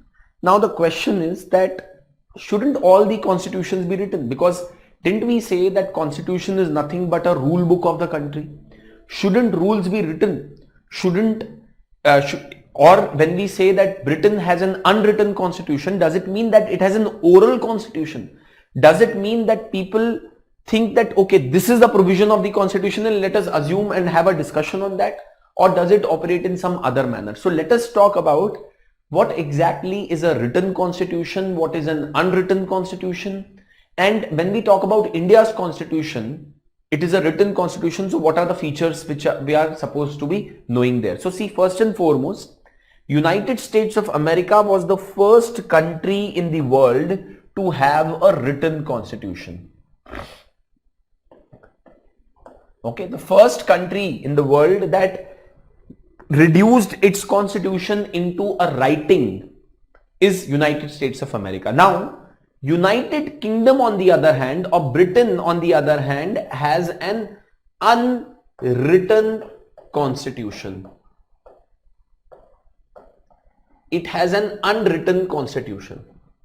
So what is the meaning of an unwritten constitution and how is it different from a written constitution? See, what you need to understand is that it's not that Britain does not have a constitution. Britain has a constitution of its own. The only difference between a written and an unwritten constitution is that in case of those countries that have a written constitution, all the provisions of the constitution are collected and written at one place in form of some document.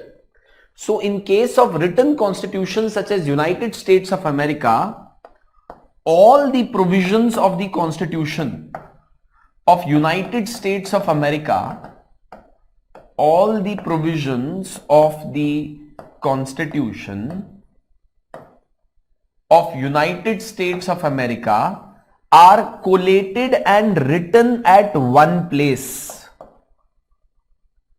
Are collated and they are written in form of a collection at one place, in form of the Constitution, which is the book. Same is in case of India as well. We saw that yesterday I showed you that this is the Indian Constitution. So what is Indian Constitution all about? It is basically that all the provisions of India's Constitution have been codified and have been put in one single document.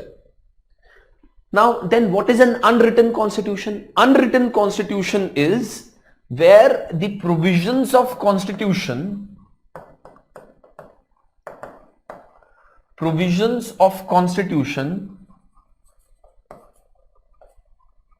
are not collected or collated at one place. They are not collected and collated at one place, but they are spread over multiple laws. See, what you need to understand is that in India, the Parliament of India has powers to, अगर हम Indian Parliament की बात करें या even American parliament की बात करें, they have powers to make two kinds of laws. One is ordinary laws, which are ordinary, simple laws which are made by the parliament, and the other is parliament in India and in United States of America has powers to make constitutional laws. See, I will dictate notes to you, but you first try to understand. In Indian parliament has powers to make two kinds of laws. One are ordinary laws and the other one are constitutional laws relating to the constitution, amending the constitution, including something in the constitution, removing something from the constitution. But when we talk about British Parliament, अगर हम Britain की parliament की बात करें, whatever laws that are made by the Britain Parliament, जो भी law Britain की parliament बनाती है, that is considered as a part of the Britain Constitution. So basically Britain में पार्लियामेंट के पास दो तरीके की लॉज बनाने की पावर नहीं है. ब्रिटेन में पार्लियामेंट जो भी लॉ बनाती है उसको कॉन्स्टिट्यूशन का हिस्सा या कॉन्स्टिट्यूशन का पार्ट माना जाता है. दूसरी बात ये that in Britain there is no separate book that is available where all the laws of the constitution are written at one place. Whereas in America, in India, all the laws of the constitution, all the provisions of constitution are present at one place, are written in form of one book, which is the constitution. But Britain के अंदर सारी laws को constitution माना जाता है, तो उनको एक जगह पे एक साथ लिख के इकट्ठा नहीं किया गया है. That is the only difference between a written and an unwritten constitution. Britain has a concept of an unwritten constitution because they have not codified their constitution, because they have not put all the provisions of the constitution at one place and collected it in one book. Whereas in India, in United States of America, we have given a special sanctity, we have given a special place to the constitution. Now see, there is another thing that you need to understand. In India and in United States of America, the constitution came first and the parliament was created as a result of the constitution. So in United States of America, in India, constitution was enacted first and parliament came into existence as a result of the constitution. Whereas in United Kingdom, Parliament writes the constitution every day. Basically, British system में Britain की parliament ने constitution लिखा है और वो रोज constitution लिखती है, change करती है. In America and in USA, constitution was written by a specially appointed body, specially elected body, which was constituent assembly. Constituent Assembly wrote the constitution and as a result parliament came into existence. In United Kingdom, parliament came into existence first and then the constitution came into existence. So in Britain, parliament is supreme. In Britain, parliament is above the constitution. In India, in US, constitution is supreme and constitution is above the parliament. Parliament is created in India as a result of constitution. Whereas in Britain, parliament got created first and then the constitution was written. So parliament is supreme in Britain.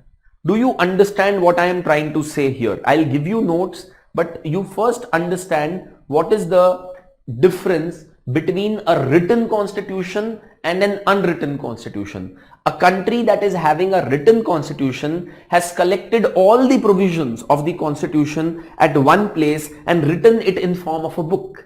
Whereas in those countries that have unwritten constitution, provisions are spread across laws and are not collected and collated at one place.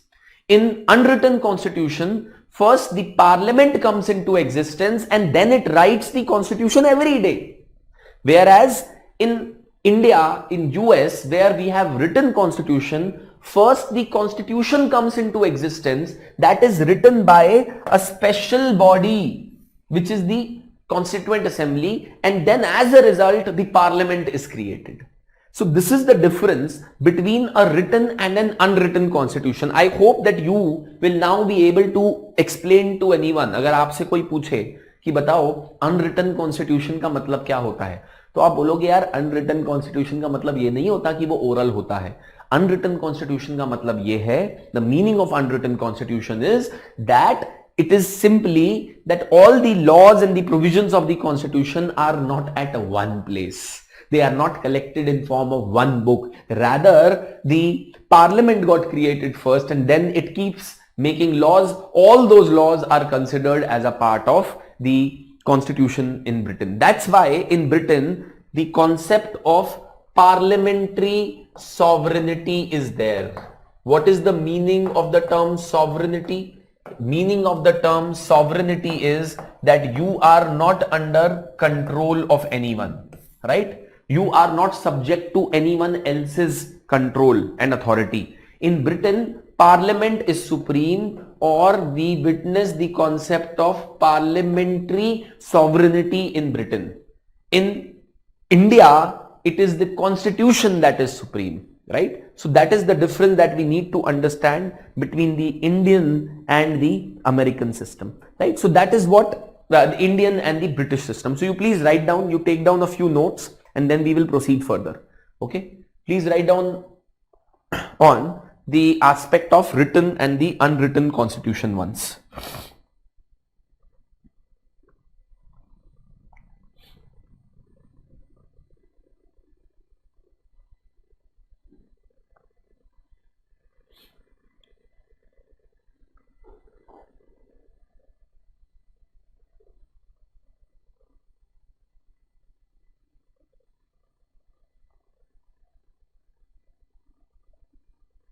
Yes, please write down.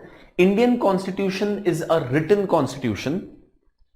Indian Constitution is a written constitution inspired by USA, inspired by USA as compared to Indian Constitution is a written constitution inspired by USA as compared to UK, which has an unwritten constitution. As compared to UK, which has an unwritten constitution. As compared to UK, which has an unwritten constitution.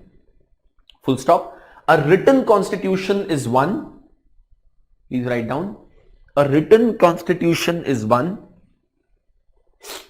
A written constitution is one where all the provisions of the constitution, a written constitution is one where all the provisions of the constitution are written at one place,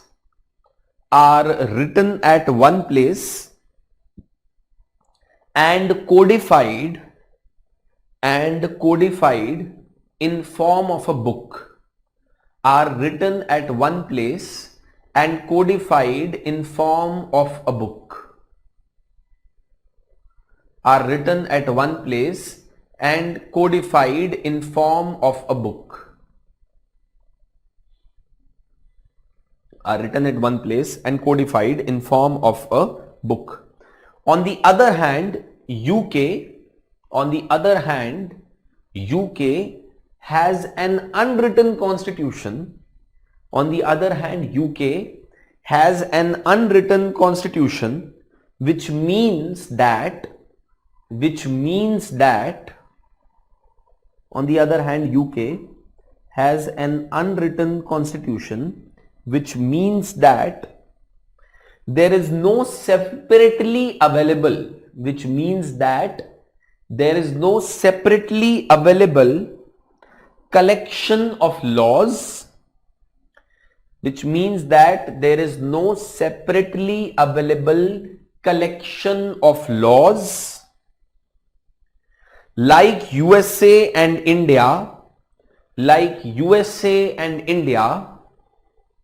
that can be classified as constitution. That can be classified as constitution.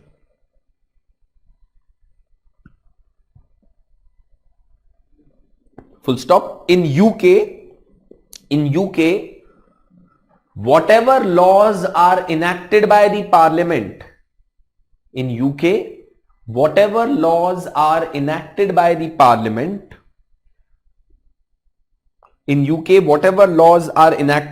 parliament are considered as a part of UK's constitution, are considered as a part of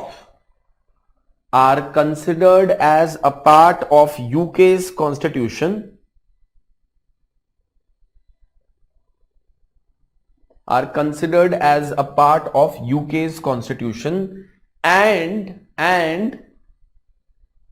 UK has the concept of parliamentary supremacy. Full stop. It means that in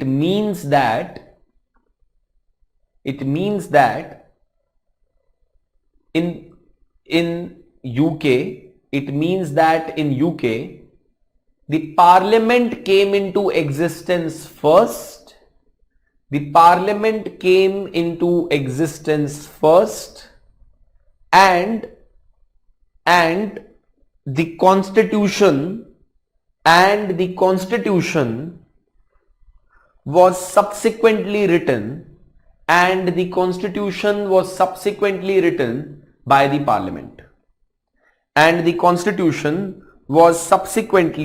written by the parliament. So I hope you people understand that India's constitution is a written constitution which is inspired from the constitution in United States of America, where the concept of constitutional supremacy reigns, whereas in Britain the concept of parliamentary supremacy is prevalent or parliamentary supremacy reigns. Right? So अगर कोई Indian ये बोले कि in India parliament is supreme, they are not having a proper understanding of the Indian constitution, because in India it is the constitution that is supreme, not the parliament. Right? Now let's move on to the other features of India's constitution. See, the other feature of India's constitution is that India's constitution is a federal constitution. Now, what is a federal constitution, or what is a federal form of government? See, federalism basically refers to a system where the powers of the state, federalism is a system where powers of state are divided at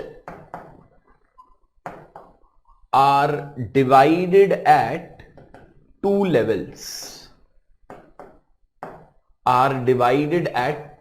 There are two tiers of the state, or there are two governments that exist in federal system. That is, in a federal system you will have a central government, or you will have the center, and you will have the state.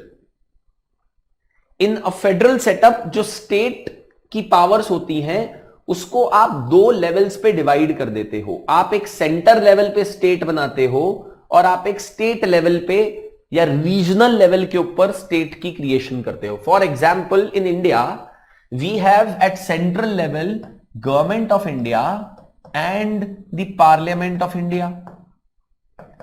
And when we talk about the states, we have government of the states and we have state legislatures. So in India, we have a system where we have divided the powers of the state at two levels. At a national level, so the first one is, this one is the national level, and the other one is at the regional level. So the powers of the state in a federal setup are divided at two levels. The idea is essentially, first and foremost, you cannot expect the center to take care of the needs of people in far off areas of the country. In far-flung areas of country, in large countries such as India, United States of America, you cannot expect to rule the entire country in a centralized form. आप दिल्ली से नागालैंड के अंदर क्या requirements हैं determine नहीं कर सकते. Sitting in Delhi, you will not be able to understand what are the requirements of people living in Tamil Nadu, what are their grievances, what are the requirements, what are the changes which they need. All of this will not be understood sitting in Delhi. So therefore, in federal system, you have a system where powers of the state are divided at two levels, center or state or the national or the regional level. In India, we have created parallel structures at the state and the center. We already know about it, that we have the parliament, usi ke corresponding state legislatures are there. We have government of India. Similarly, government of various states are there. Now, what we will be discussing a lot about federalism in next class. जब हम next class में मिलेंगे, I will be discussing with you in detail about concepts related to federalism. But before that, let us also understand a couple of other things as well when we talk about federalism.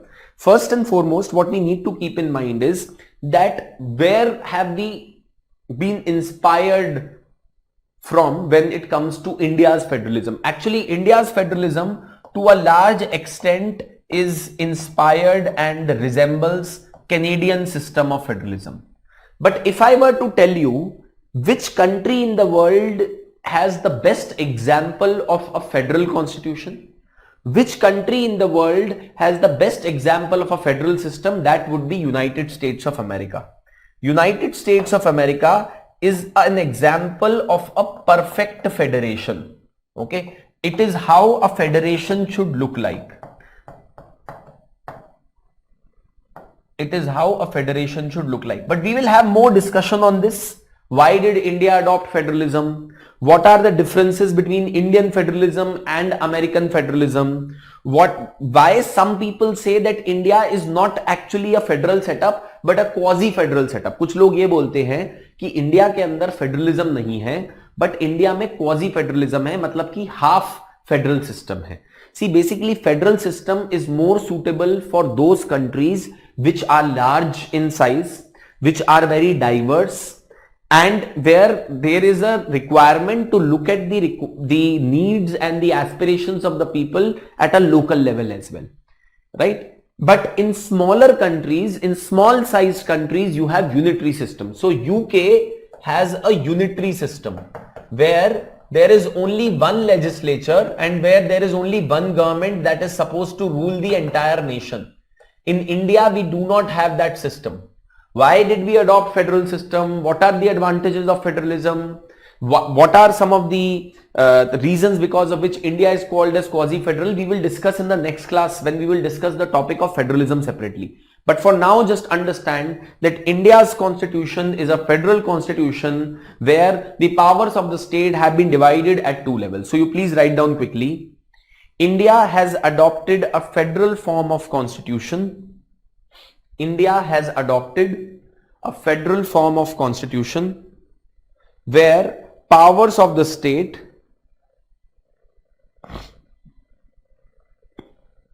India has adopted a federal form of constitution where the powers of the state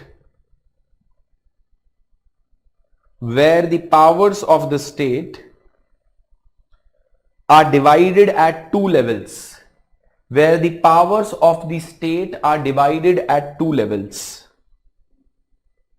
where the powers of the state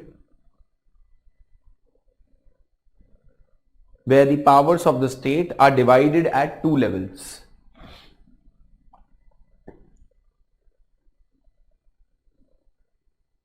One will be national level or for the entire nation, and second will be for the regional level or for a state. Right? Now, please write down. On the other hand, Britain has a unitary system.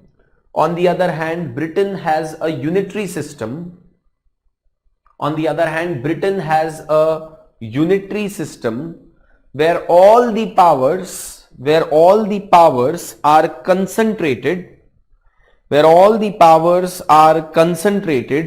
at one level. Where all the powers are concentrated at one level. Full stop. This system is more successful. This system is more successful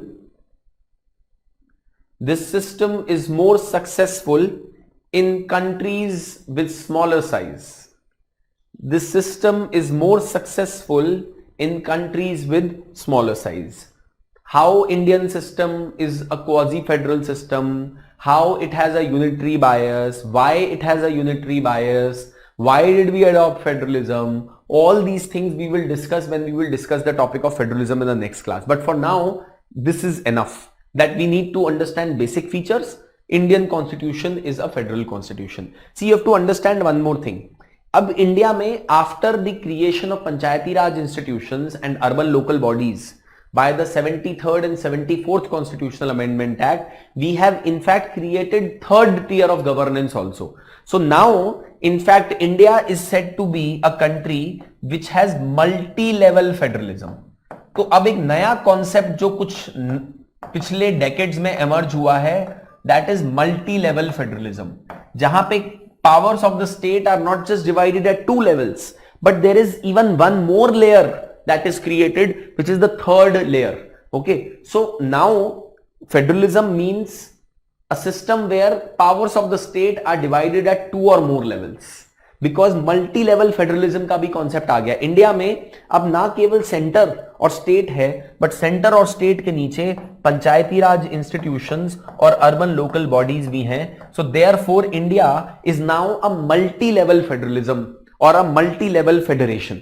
Okay, this is something that we need to keep in mind. So it's not necessary that in federalism there will be only two levels. There may be even three levels as well in some kind of federal setups in order to ensure more decentralized approach to governance. Okay, so the third important feature is that India's constitution is a federal constitution. Now let's proceed further. India has adopted parliamentary democracy versus the presidential democracy model that was available. देखिए, जब Indian constitution लिखा जा रहा था तो Indian constitution makers के पास दो primary models थे जो जिसके बेसिस पे वो इंडिया को डिजाइन कर सकते थे, इंडियन सिस्टम को डिजाइन कर सकते थे. One, they could have taken the parliamentary democracy model of United kingdom, or we could have taken the presidential democracy model of United States of America. Let us briefly understand what is the difference between the two. More details we will understand when we will have the classes on the election of the president and the presidential system in India. So the election of the president and the position of the president in India. जब हम article 52, 53 वगैरह पढ़ेंगे तब हम फिर से इस debate को रिवाइव करेंगे. बट अभी हम क्योंकि बेसिक इंट्रोडक्शन ले रहे हैं, we are just trying to get an overview of the Indian constitution. So we'll just have a basic and a brief discussion. In India, we have adopted parliamentary form of democracy. What is parliamentary form of democracy? In parliamentary form of democracy, what essentially happens is that the citizens of the country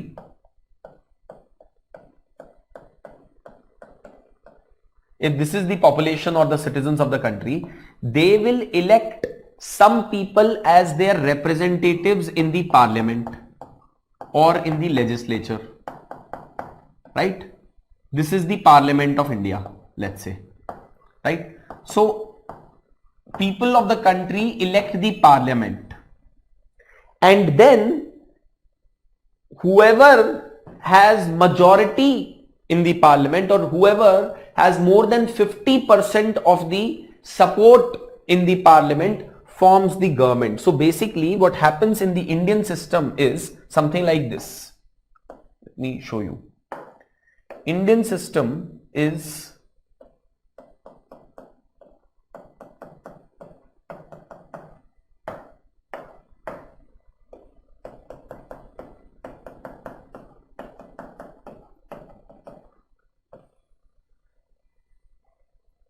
all these are members of parliament that have been chosen as representatives of people to make laws.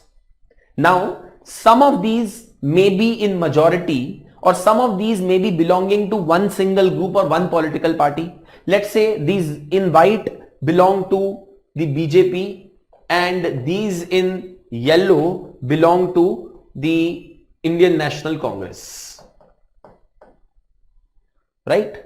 So whichever party or whichever group will be having majority in the parliament will form the government, and that is what is called as the executive. Will form the government or the executive. So parliamentary system is where the government or the ministers or the executive, ये government, executive या ministers are the ones, those who are parliamentarians only, but they enjoy the support of majority of the parliamentarians. Now it is possible that BJP may have some other members also in the parliament, but only those members of BJP who are ministers are considered as a part of the government. Not the entire BJP in Indian parliament is government, or not all the members of parliament from BJP are ministers or they are not part of government. Only those who are chosen as ministers are considered to be the part of the government. So in parliamentary system, the government comes into existence as a result of support from the parliament. In parliamentary system, government continues in power as long it has majority support in the parliament. In parliamentary system, government will be responsible to the parliament also. Why? Because they are getting their powers from the parliament. See, देखिए, India में actual source of power किसके पास है? Citizens के पास. Citizens give their powers to the parliament, and parliament in turn chooses a government and gives powers to the executive. Therefore, in India or in Britain, the system that we have adopted, the executive or the government or the council of ministers is responsible to the legislature because they come into existence as a support from the legislature. Because in India, the parliament gives support to the executive, and that is how executive comes into power. That is how the government comes into power. So basically, in parliamentary system, the real power actually lies in the parliament only. Power to make laws also lies in the parliament, and power to execute or implement the laws also lies in the parliament, because all the ministers have to be parliamentarians. Therefore, it is called as a parliamentary form of democracy. Parliamentary form of democracy is that kind of democracy where there is an overlap between the members of the executive and the legislature. Parliamentary form of democracy is that form of democracy where members of the government or members of the executive or council of ministers compulsorily have to be members of the legislature, and they continue to be in power as long as they enjoy the support of the legislature.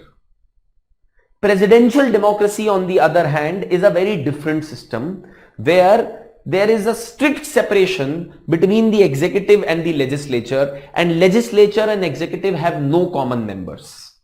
Parliamentary democracy, on the other hand, is a system where the Parliament and executive have members in common by its very design. India has adopted parliamentary form of democracy as compared to presidential democracy.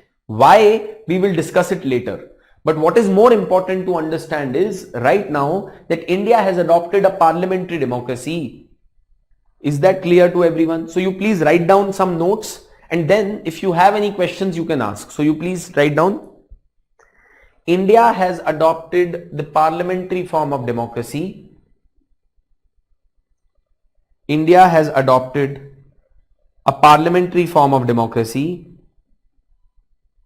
Has adopted a parliamentary form of democracy where members of the executive or the government where members of the executive or the government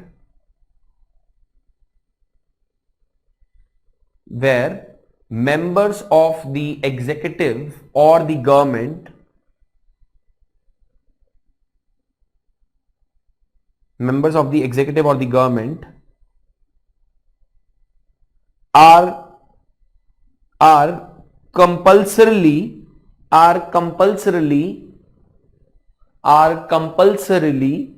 members of the legislature as well. Are compulsorily members of the legislature as well. Are compulsorily members of the legislature as well. Are compulsorily members of the legislature as well. Full stop. It means there is an overlap. It means there is an overlap between the members of the legislature and executive. It means there is an overlap between the members of the legislature and the executive in the parliamentary system. There is an overlap between the members of the legislature and the executive in the parliamentary system.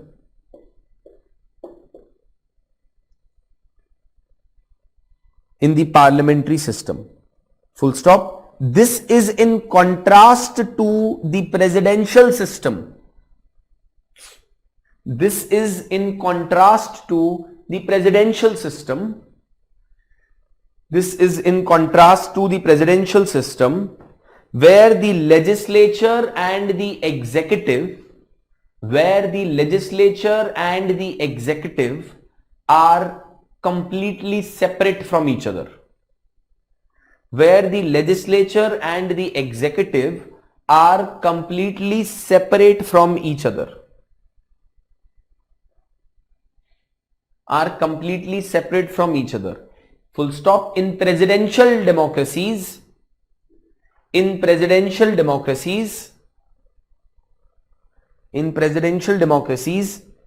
parliament is only supposed to make laws. In presidential democracies, the parliament is only supposed to make laws and does not provide ministers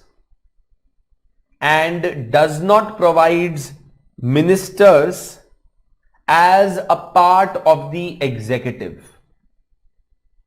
And does not provide ministers as a part of the executive.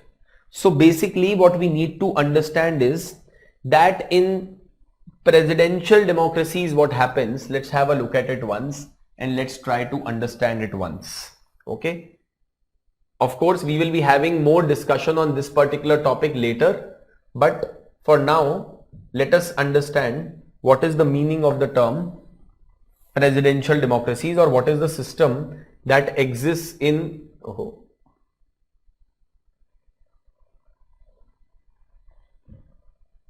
बाप रे कैसे जाएगा यहाँ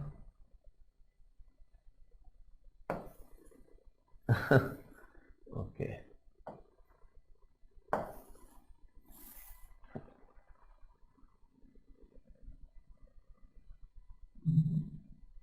ये तो गड़बड़ हो गई okay yes now sorry so in presidential democracy what is the system like? In presidential democracy the system is like this. Basically the president is elected separately, and he then chooses on his own his ministers or council of ministers. There should be no overlap between the president, the council of ministers and the legislature, where the legislature is chosen completely separately in United States of America. Legislature and the executive have strict separation of powers. That is, there is a complete separation between the executive and the legislature and the executive in presidential democracy. There is no common member, there is no overlap. But in parliamentary democracies, members of the legislature are members of the executive, or members of executive have to be members of legislature compulsorily. In presidential system, the members of the council of ministers or the executive should not have any kind of an overlap with the members of the legislature. There should be no overlap. Is that clear to everyone? Yes. Any doubts that you have related to whatever we have discussed till here? India has adopted a parliamentary form of democracy as compared to presidential democracy. Why, how, all those things we will discuss in detail later. But for now, we are just talking about brief features of India's constitution just to get an overview of India's constitution. Yes? Any questions that you people have related to whatever we have discussed till here?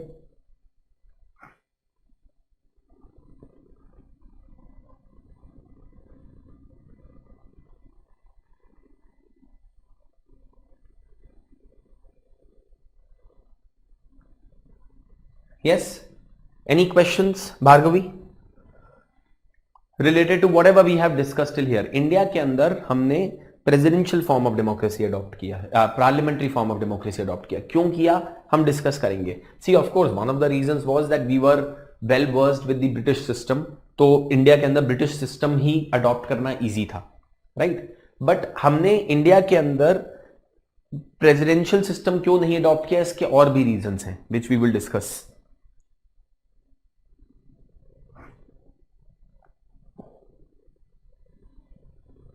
Okay, now let's proceed further. Details of presidential democracy versus parliamentary democracy. Presidential democracy कैसे function करती है, president और parliament के बीच में वहां पे कोई दिक्कत तो नहीं आती, कोई रोड ब्लॉक, कोई डेड एंड्स तो नहीं रीच होते.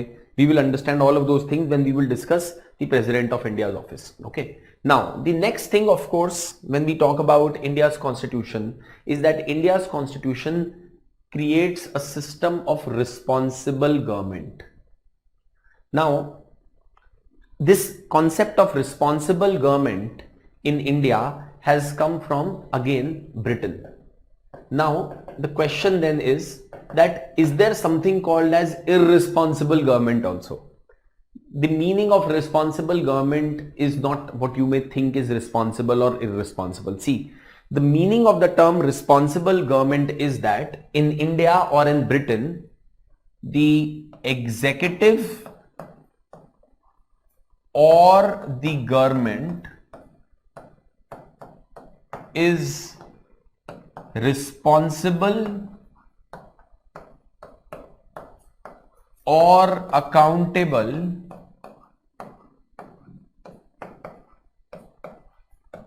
to the legislature for its actions.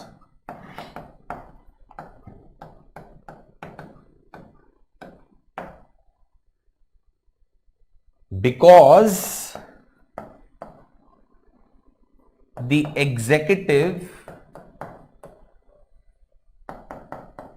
stays in power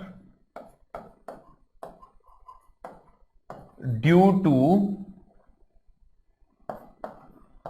the support of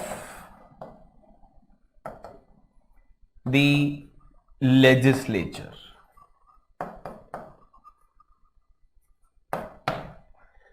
So the meaning of the term responsible government is that the executive or the government is accountable to the legislature for its actions. It has to be answerable to the legislature for its actions, and it stays in power as long as the legislature wants it to. The same is not the case in case of presidential democracies such as United States of America. In United States of America, the system is that the executive and the legislature are completely separate, and even though it doesn't mean that the executive is completely unaccountable to the legislature, but executive does not stay in power on the basis of support from legislature. Executive remains in power irrespective of whether it has majority or whether it does not have majority support in the legislature. Okay, so basically presidential democracy system mein executive is not accountable to the legislature directly for its actions. Presidential system mein executive does not owe an answer to the legislature, but in the parliamentary system executive owes answers to the legislature because executive stays in power in parliamentary system because it continues to have the support of the legislature, and therefore it is responsible or is accountable to the legislature for its actions. We in India have adopted the concept of parliamentary democracy, with which comes the concept of responsible government, as we see in case of Britain or United Kingdom. United States of America, on the other hand, the executive is not accountable or is not answerable to the legislature. Yes? Is that clear to everyone? Right? So in India's system, there is a strict separation. In America's system, there is a strict separation between executive and legislature. Executive does not owe any accountability to the legislature. Is that clear to everyone? Have you written this down? Yes.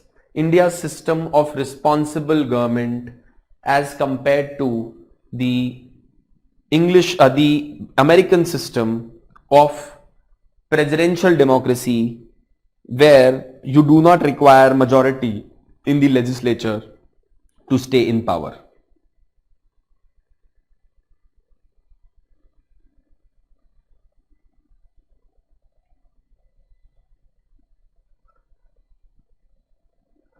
Yes? Clear to everyone? Concept of responsible government, how it is different from the concept of the presidential democracy. Now let's proceed further. The next aspect is that India's constitution is more flexible than it is rigid. Now see, try to understand one thing. Here we are trying to understand the concept in terms of relative terms. Okay, so India's constitution is definitely more flexible than America's constitution. अगर India के constitution को America के constitution से compare किया जाए तो which one is more flexible? India's constitution. अगर flexibility के टर्म्स में देखोगे, which one is more flexible? India's constitution is more flexible. What is the meaning of flexibility? It is more open to change, is more flexible. Okay, whereas on the other hand, if you talk about India's constitution versus UK's constitution, अगर आप India के constitution को UK के constitution से compare करोगे, then you will find UK's constitution is more flexible than India's constitution. UK's constitution is more flexible than India's constitution. In other words, India's constitution is more rigid than UK's constitution, but is more flexible than American constitution. How can we say that? See, try to understand this one simple thing. Can any one of you tell me how many times has USA's constitution been amended? What is the number of time USA's constitution has been amended? कितनी amendments हुई हैं American constitution में अभी तक? किसी को पता है? Can anyone tell us here?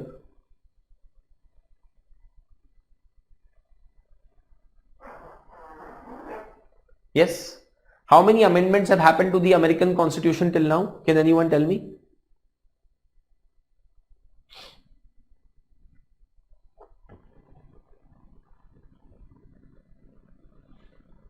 Many is no answer, है ना? 27 amendments have happened to American Constitution till now. In roughly how many years have these amendments happened? 27 amendments to American Constitution in roughly how many years? कितने साल हो गए America के constitution को?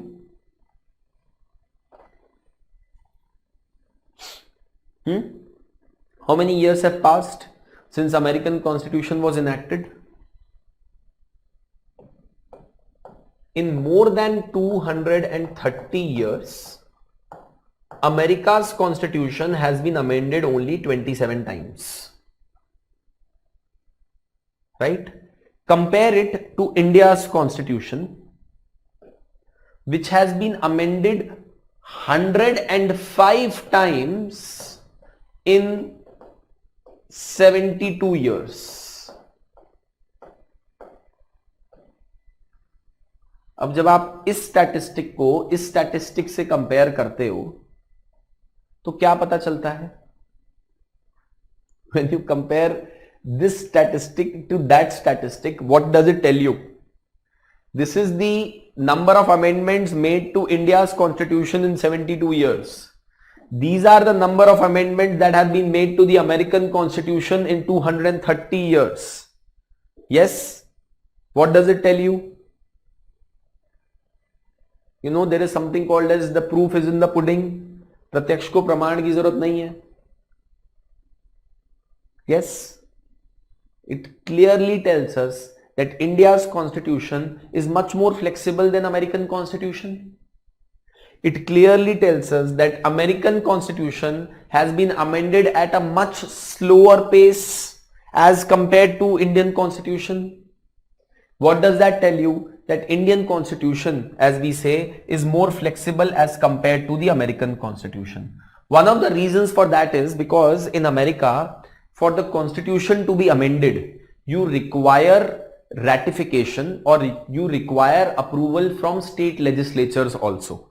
अगर America के अंदर आपको कॉन्स्टिट्यूशन को अमेंड करना है, ऑलमोस्ट हर बार आपको अमेरिका के अंदर स्टेट लेजिस्लेचर से परमिशन लेनी पड़ेगी, अप्रूवल लेना पड़ेगा. But in India, such is not the case. Most of the constitution of India can be amended without approval from the states. Okay, that is what we need to understand when we compare the Indian to the American Constitution.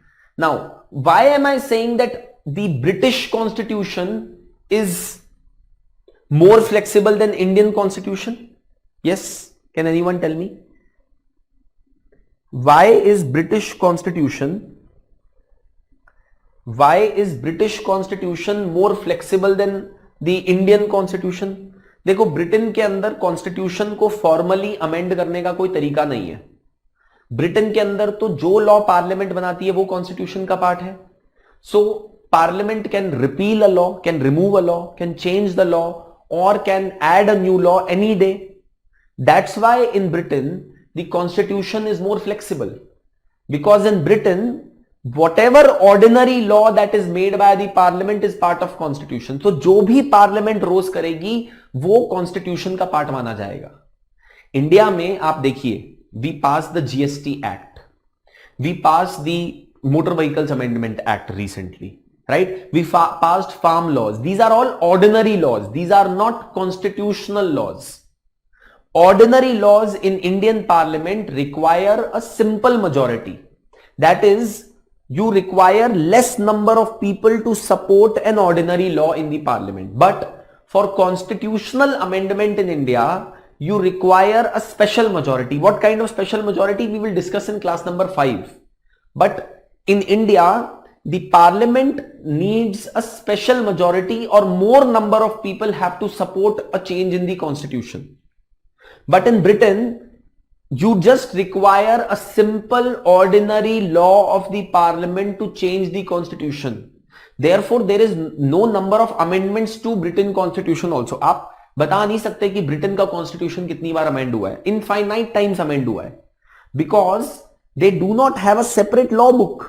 रोज जो भी law पास कर रही है उससे constitution amend हो रहा है। तो ब्रिटेन में तो रोज कॉन्स्टिट्यूशन बन रहा है, बिगड़ रहा है, लिखा जा रहा है, अमेंड हो रहा है। Every day in Britain constitution is amended, but in India constitution has to be amended by a special process, by a special procedure. If you read Article 368 of the Indian Constitution, it tells you about the procedure for the amendment of the Indian Constitution. So India में जो process and procedure of amendment of Constitution है वो एक special process है. In Britain, Constitution is amended every day because as the Parliament passes a law in Britain, the Constitution stands amended. Therefore, in Britain, the constitution is considered as more flexible as compared to India. Okay. So if I were to put it in degree of flexibility, I would say that UK's constitution is more flexible, most flexible. Then you have India's constitution and then you have USA's constitution. ये है on the increasing flexibility. अगर आप इसको rigidity पे करोगे तो उल्टा हो जाएगा. Right? As simple as that. Yes. Yes, very good, because there is no written constitution in Britain and it is very easy to change the Britain of the constitution of Britain by passing an ordinary law every day. Yes, very good. Very good. Right? Great. Very impressed. Now let's move further. Now the next is that in India we have adopted the concept of written constitution with a parliamentary system. Now see, in India, we have adopted the system between two countries. हमने क्या किया, Britain के अंदर था concept of parliamentary supremacy. Britain had a concept of parliamentary supremacy और parliamentary sovereignty with parliamentary system.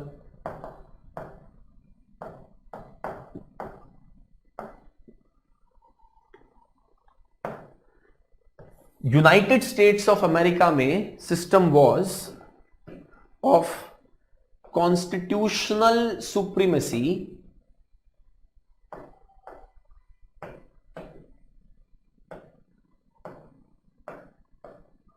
With presidential system.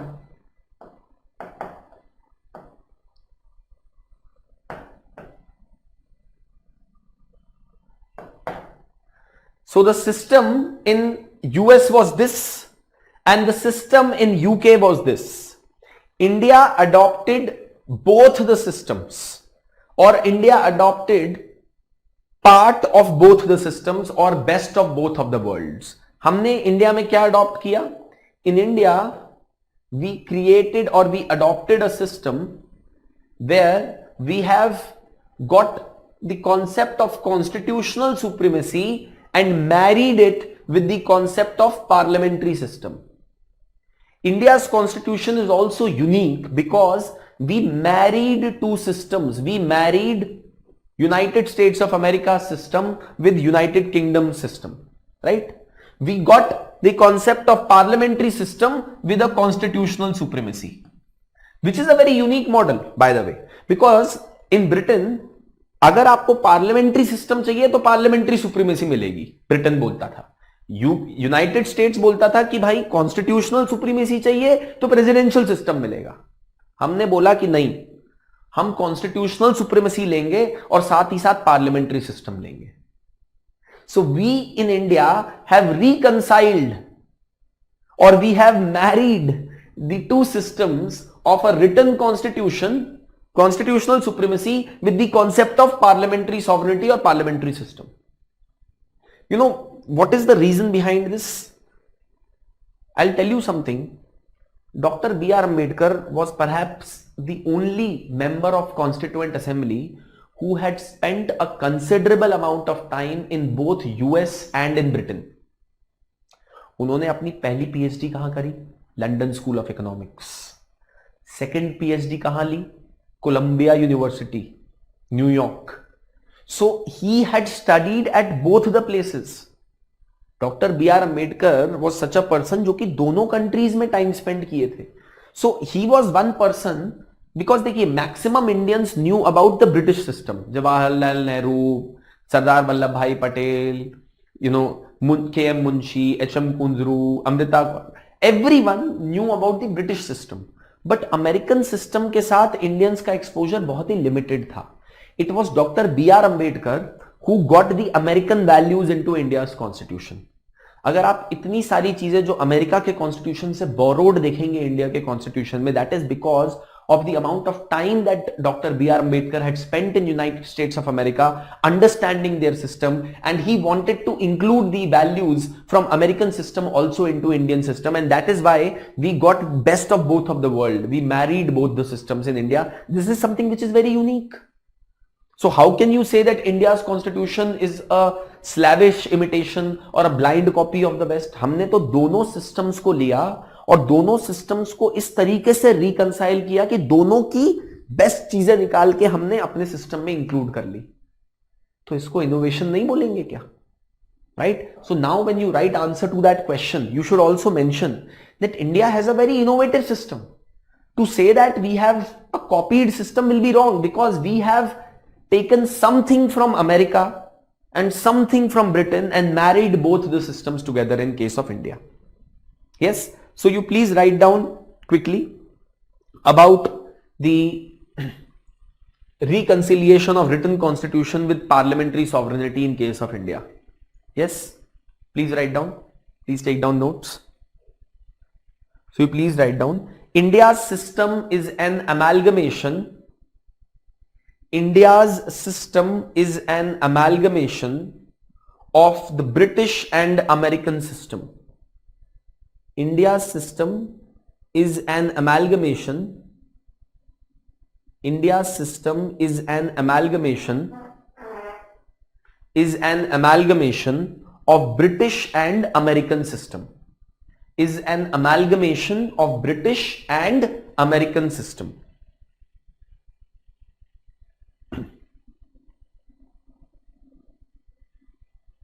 Is an amalgamation of British and American system where we adopted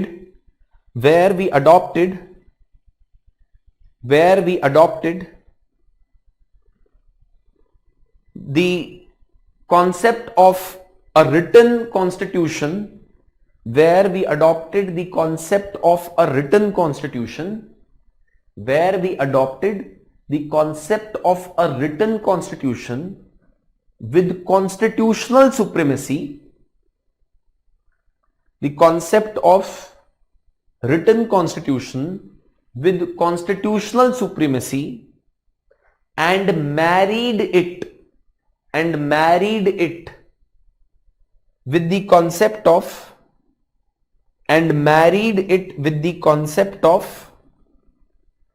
parliamentary democracy, and married it with the concept of parliamentary democracy.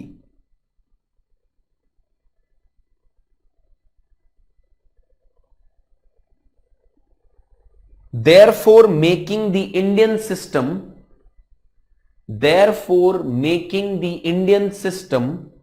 unique in itself. Therefore making the Indian system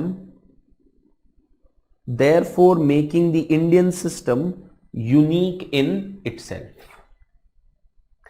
So India has a system where we have got both the values into place from America as well as from UK.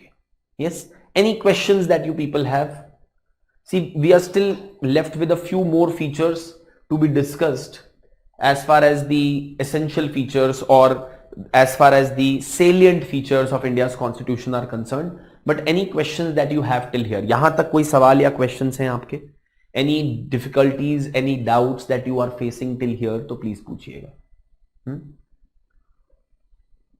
We are still going very slow, deliberately, so that you people can adjust, so that you people can get comfortable with the subject. Some of you who may have already studied the subject or may have already gone through some books may be finding the classes a bit too slow in the beginning, but we will pick up pace The idea is that everyone in the class should get comfortable. All the students should be comfortable with the concepts and should get accustomed to the language of the subject. Once we are done with that, then we will move further. Also, one more thing which I wanted to tell you, which I told you yesterday as well. In first few classes, there will be doubts, there will be some confusions in mind, which is a very normal thing because this is a new subject. Secondly, as we will discuss more, जो अभी के doubts हैं वो आगे clear हो जाएंगे, तो आप ज्यादा परेशान मत होइएगा कि अगर कोई डाउट्स नहीं समझ में आ रहे हैं। तो ये मैं बार बार बोला है, कल भी मैंने बोला था, आज फिर बोल रहा हूं, ये मेरी अश्योरेंस है that I will ensure that you understand each and everything which we are discussing in the class, right? Either today or tomorrow completely. The point I am trying to say is that in first 3-4 classes, since we are building the basics, since we are discussing the basic concepts, it is possible that some things may not be understood because उनका interrelation है कुछ आगे के topics के साथ, तो वहां पे वो ज्यादा better clear हो जाएगा। जैसे फेडरलिज्म का concept है, वो आगे ज्यादा क्लियर हो जाएगा। Similarly executive responsibility to the legislature का कॉन्सेप्ट है, that will also become clear further going ahead in the classes. Similarly concept of a written unwritten constitution, that will also become better when we go ahead in the classes, right? Yes, any questions?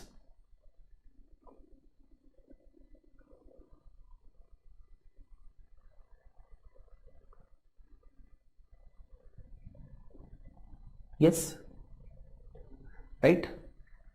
See, and I've been told by the class coordinators that there are some queries which are there, which are related to the analytical part, etc. See, you have to understand, हम उन चीजों पे आएंगे, but अभी ना मैं सिर्फ एक ब्रीफ इंट्रोडक्शन दे रहा हूं। देखिए, किसी भी इंसान से जब आप पहली बार मिलते हैं तो वो आदमी आपको अपनी पूरी जिंदगी नहीं बता देता, है ना? आपको वो अपने बारे में एक ब्रीफ इंट्रोडक्शन देता है। सिमिलरली इंडियन कॉन्स्टिट्यूशन की हम एक ब्रीफ इंट्रोडक्शन ले रहे हैं जिससे कि हम स्लोली अपनी अंडरस्टैंडिंग बिल्डअप कर सकें, and when eventually we will move on to the future classes, you will be able to understand almost every subject related to every topic and every concept related to the constitution. Yes, any other questions? Bhargavi, Vineet, Mrigank, anyone?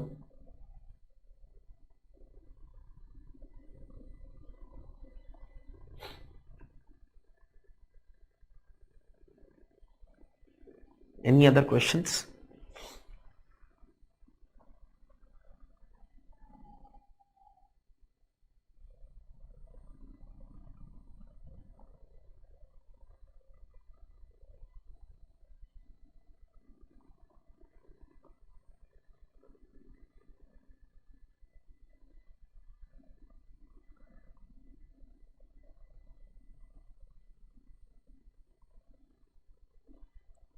Okay, no queries? Fine. Thank you so much. And I really want to extend a warm welcome to all of you to the classes on Indian polity and constitution. We will continue with our classes next week now. We don't have any classes scheduled, any more classes scheduled for this particular week. When we will meet next week, we will continue with our discussions. And let me assure you, once you are able to cross the barrier of 4 or 5 classes, then you will really start enjoying this subject. Because अभी क्या है ना, 4-5 classes हैं। पहली जब initially हम बहुत slow जा रहे हैं, बेसिक चीज़ें समझ रहे हैं, ज़्यादा टाइम स्पेंड कर रहे हैं कुछ बेसिक कॉन्सेप्ट्स पे, जब 4th-5th क्लास क्रॉस कर जाएंगे तब इतने इंटरेस्टिंग कॉन्सेप्ट्स आएंगे, इतने इंटरेस्टिंग केसेस डिस्कस करेंगे हम सुप्रीम कोर्ट के, that you will really start relishing the subject. Yes, initially it can be a bit taxing, but believe me, something really good is going to come your way once we cross the barrier of 4th to 5th class. So just be a bit patient, be calm, do not get anxious over anything. अगर कोई चीज नहीं समझ में आती है, कोई दिक्कत है, I will ensure that you do understand each and everything. Okay, so just be rest assured, and I will ensure that you have a super command on this subject by the end of all of these classes. That is my promise to all of you, right? I'll see you next week. Enjoy your week, but at the same time, as I have told you, that please try to go through the NCERTs that I have referred to you. That will be something which will be very useful and which will help you in making most out of these particular classes. So please do ensure that you pay emphasis and importance to that, right? Bye bye, take care and stay safe.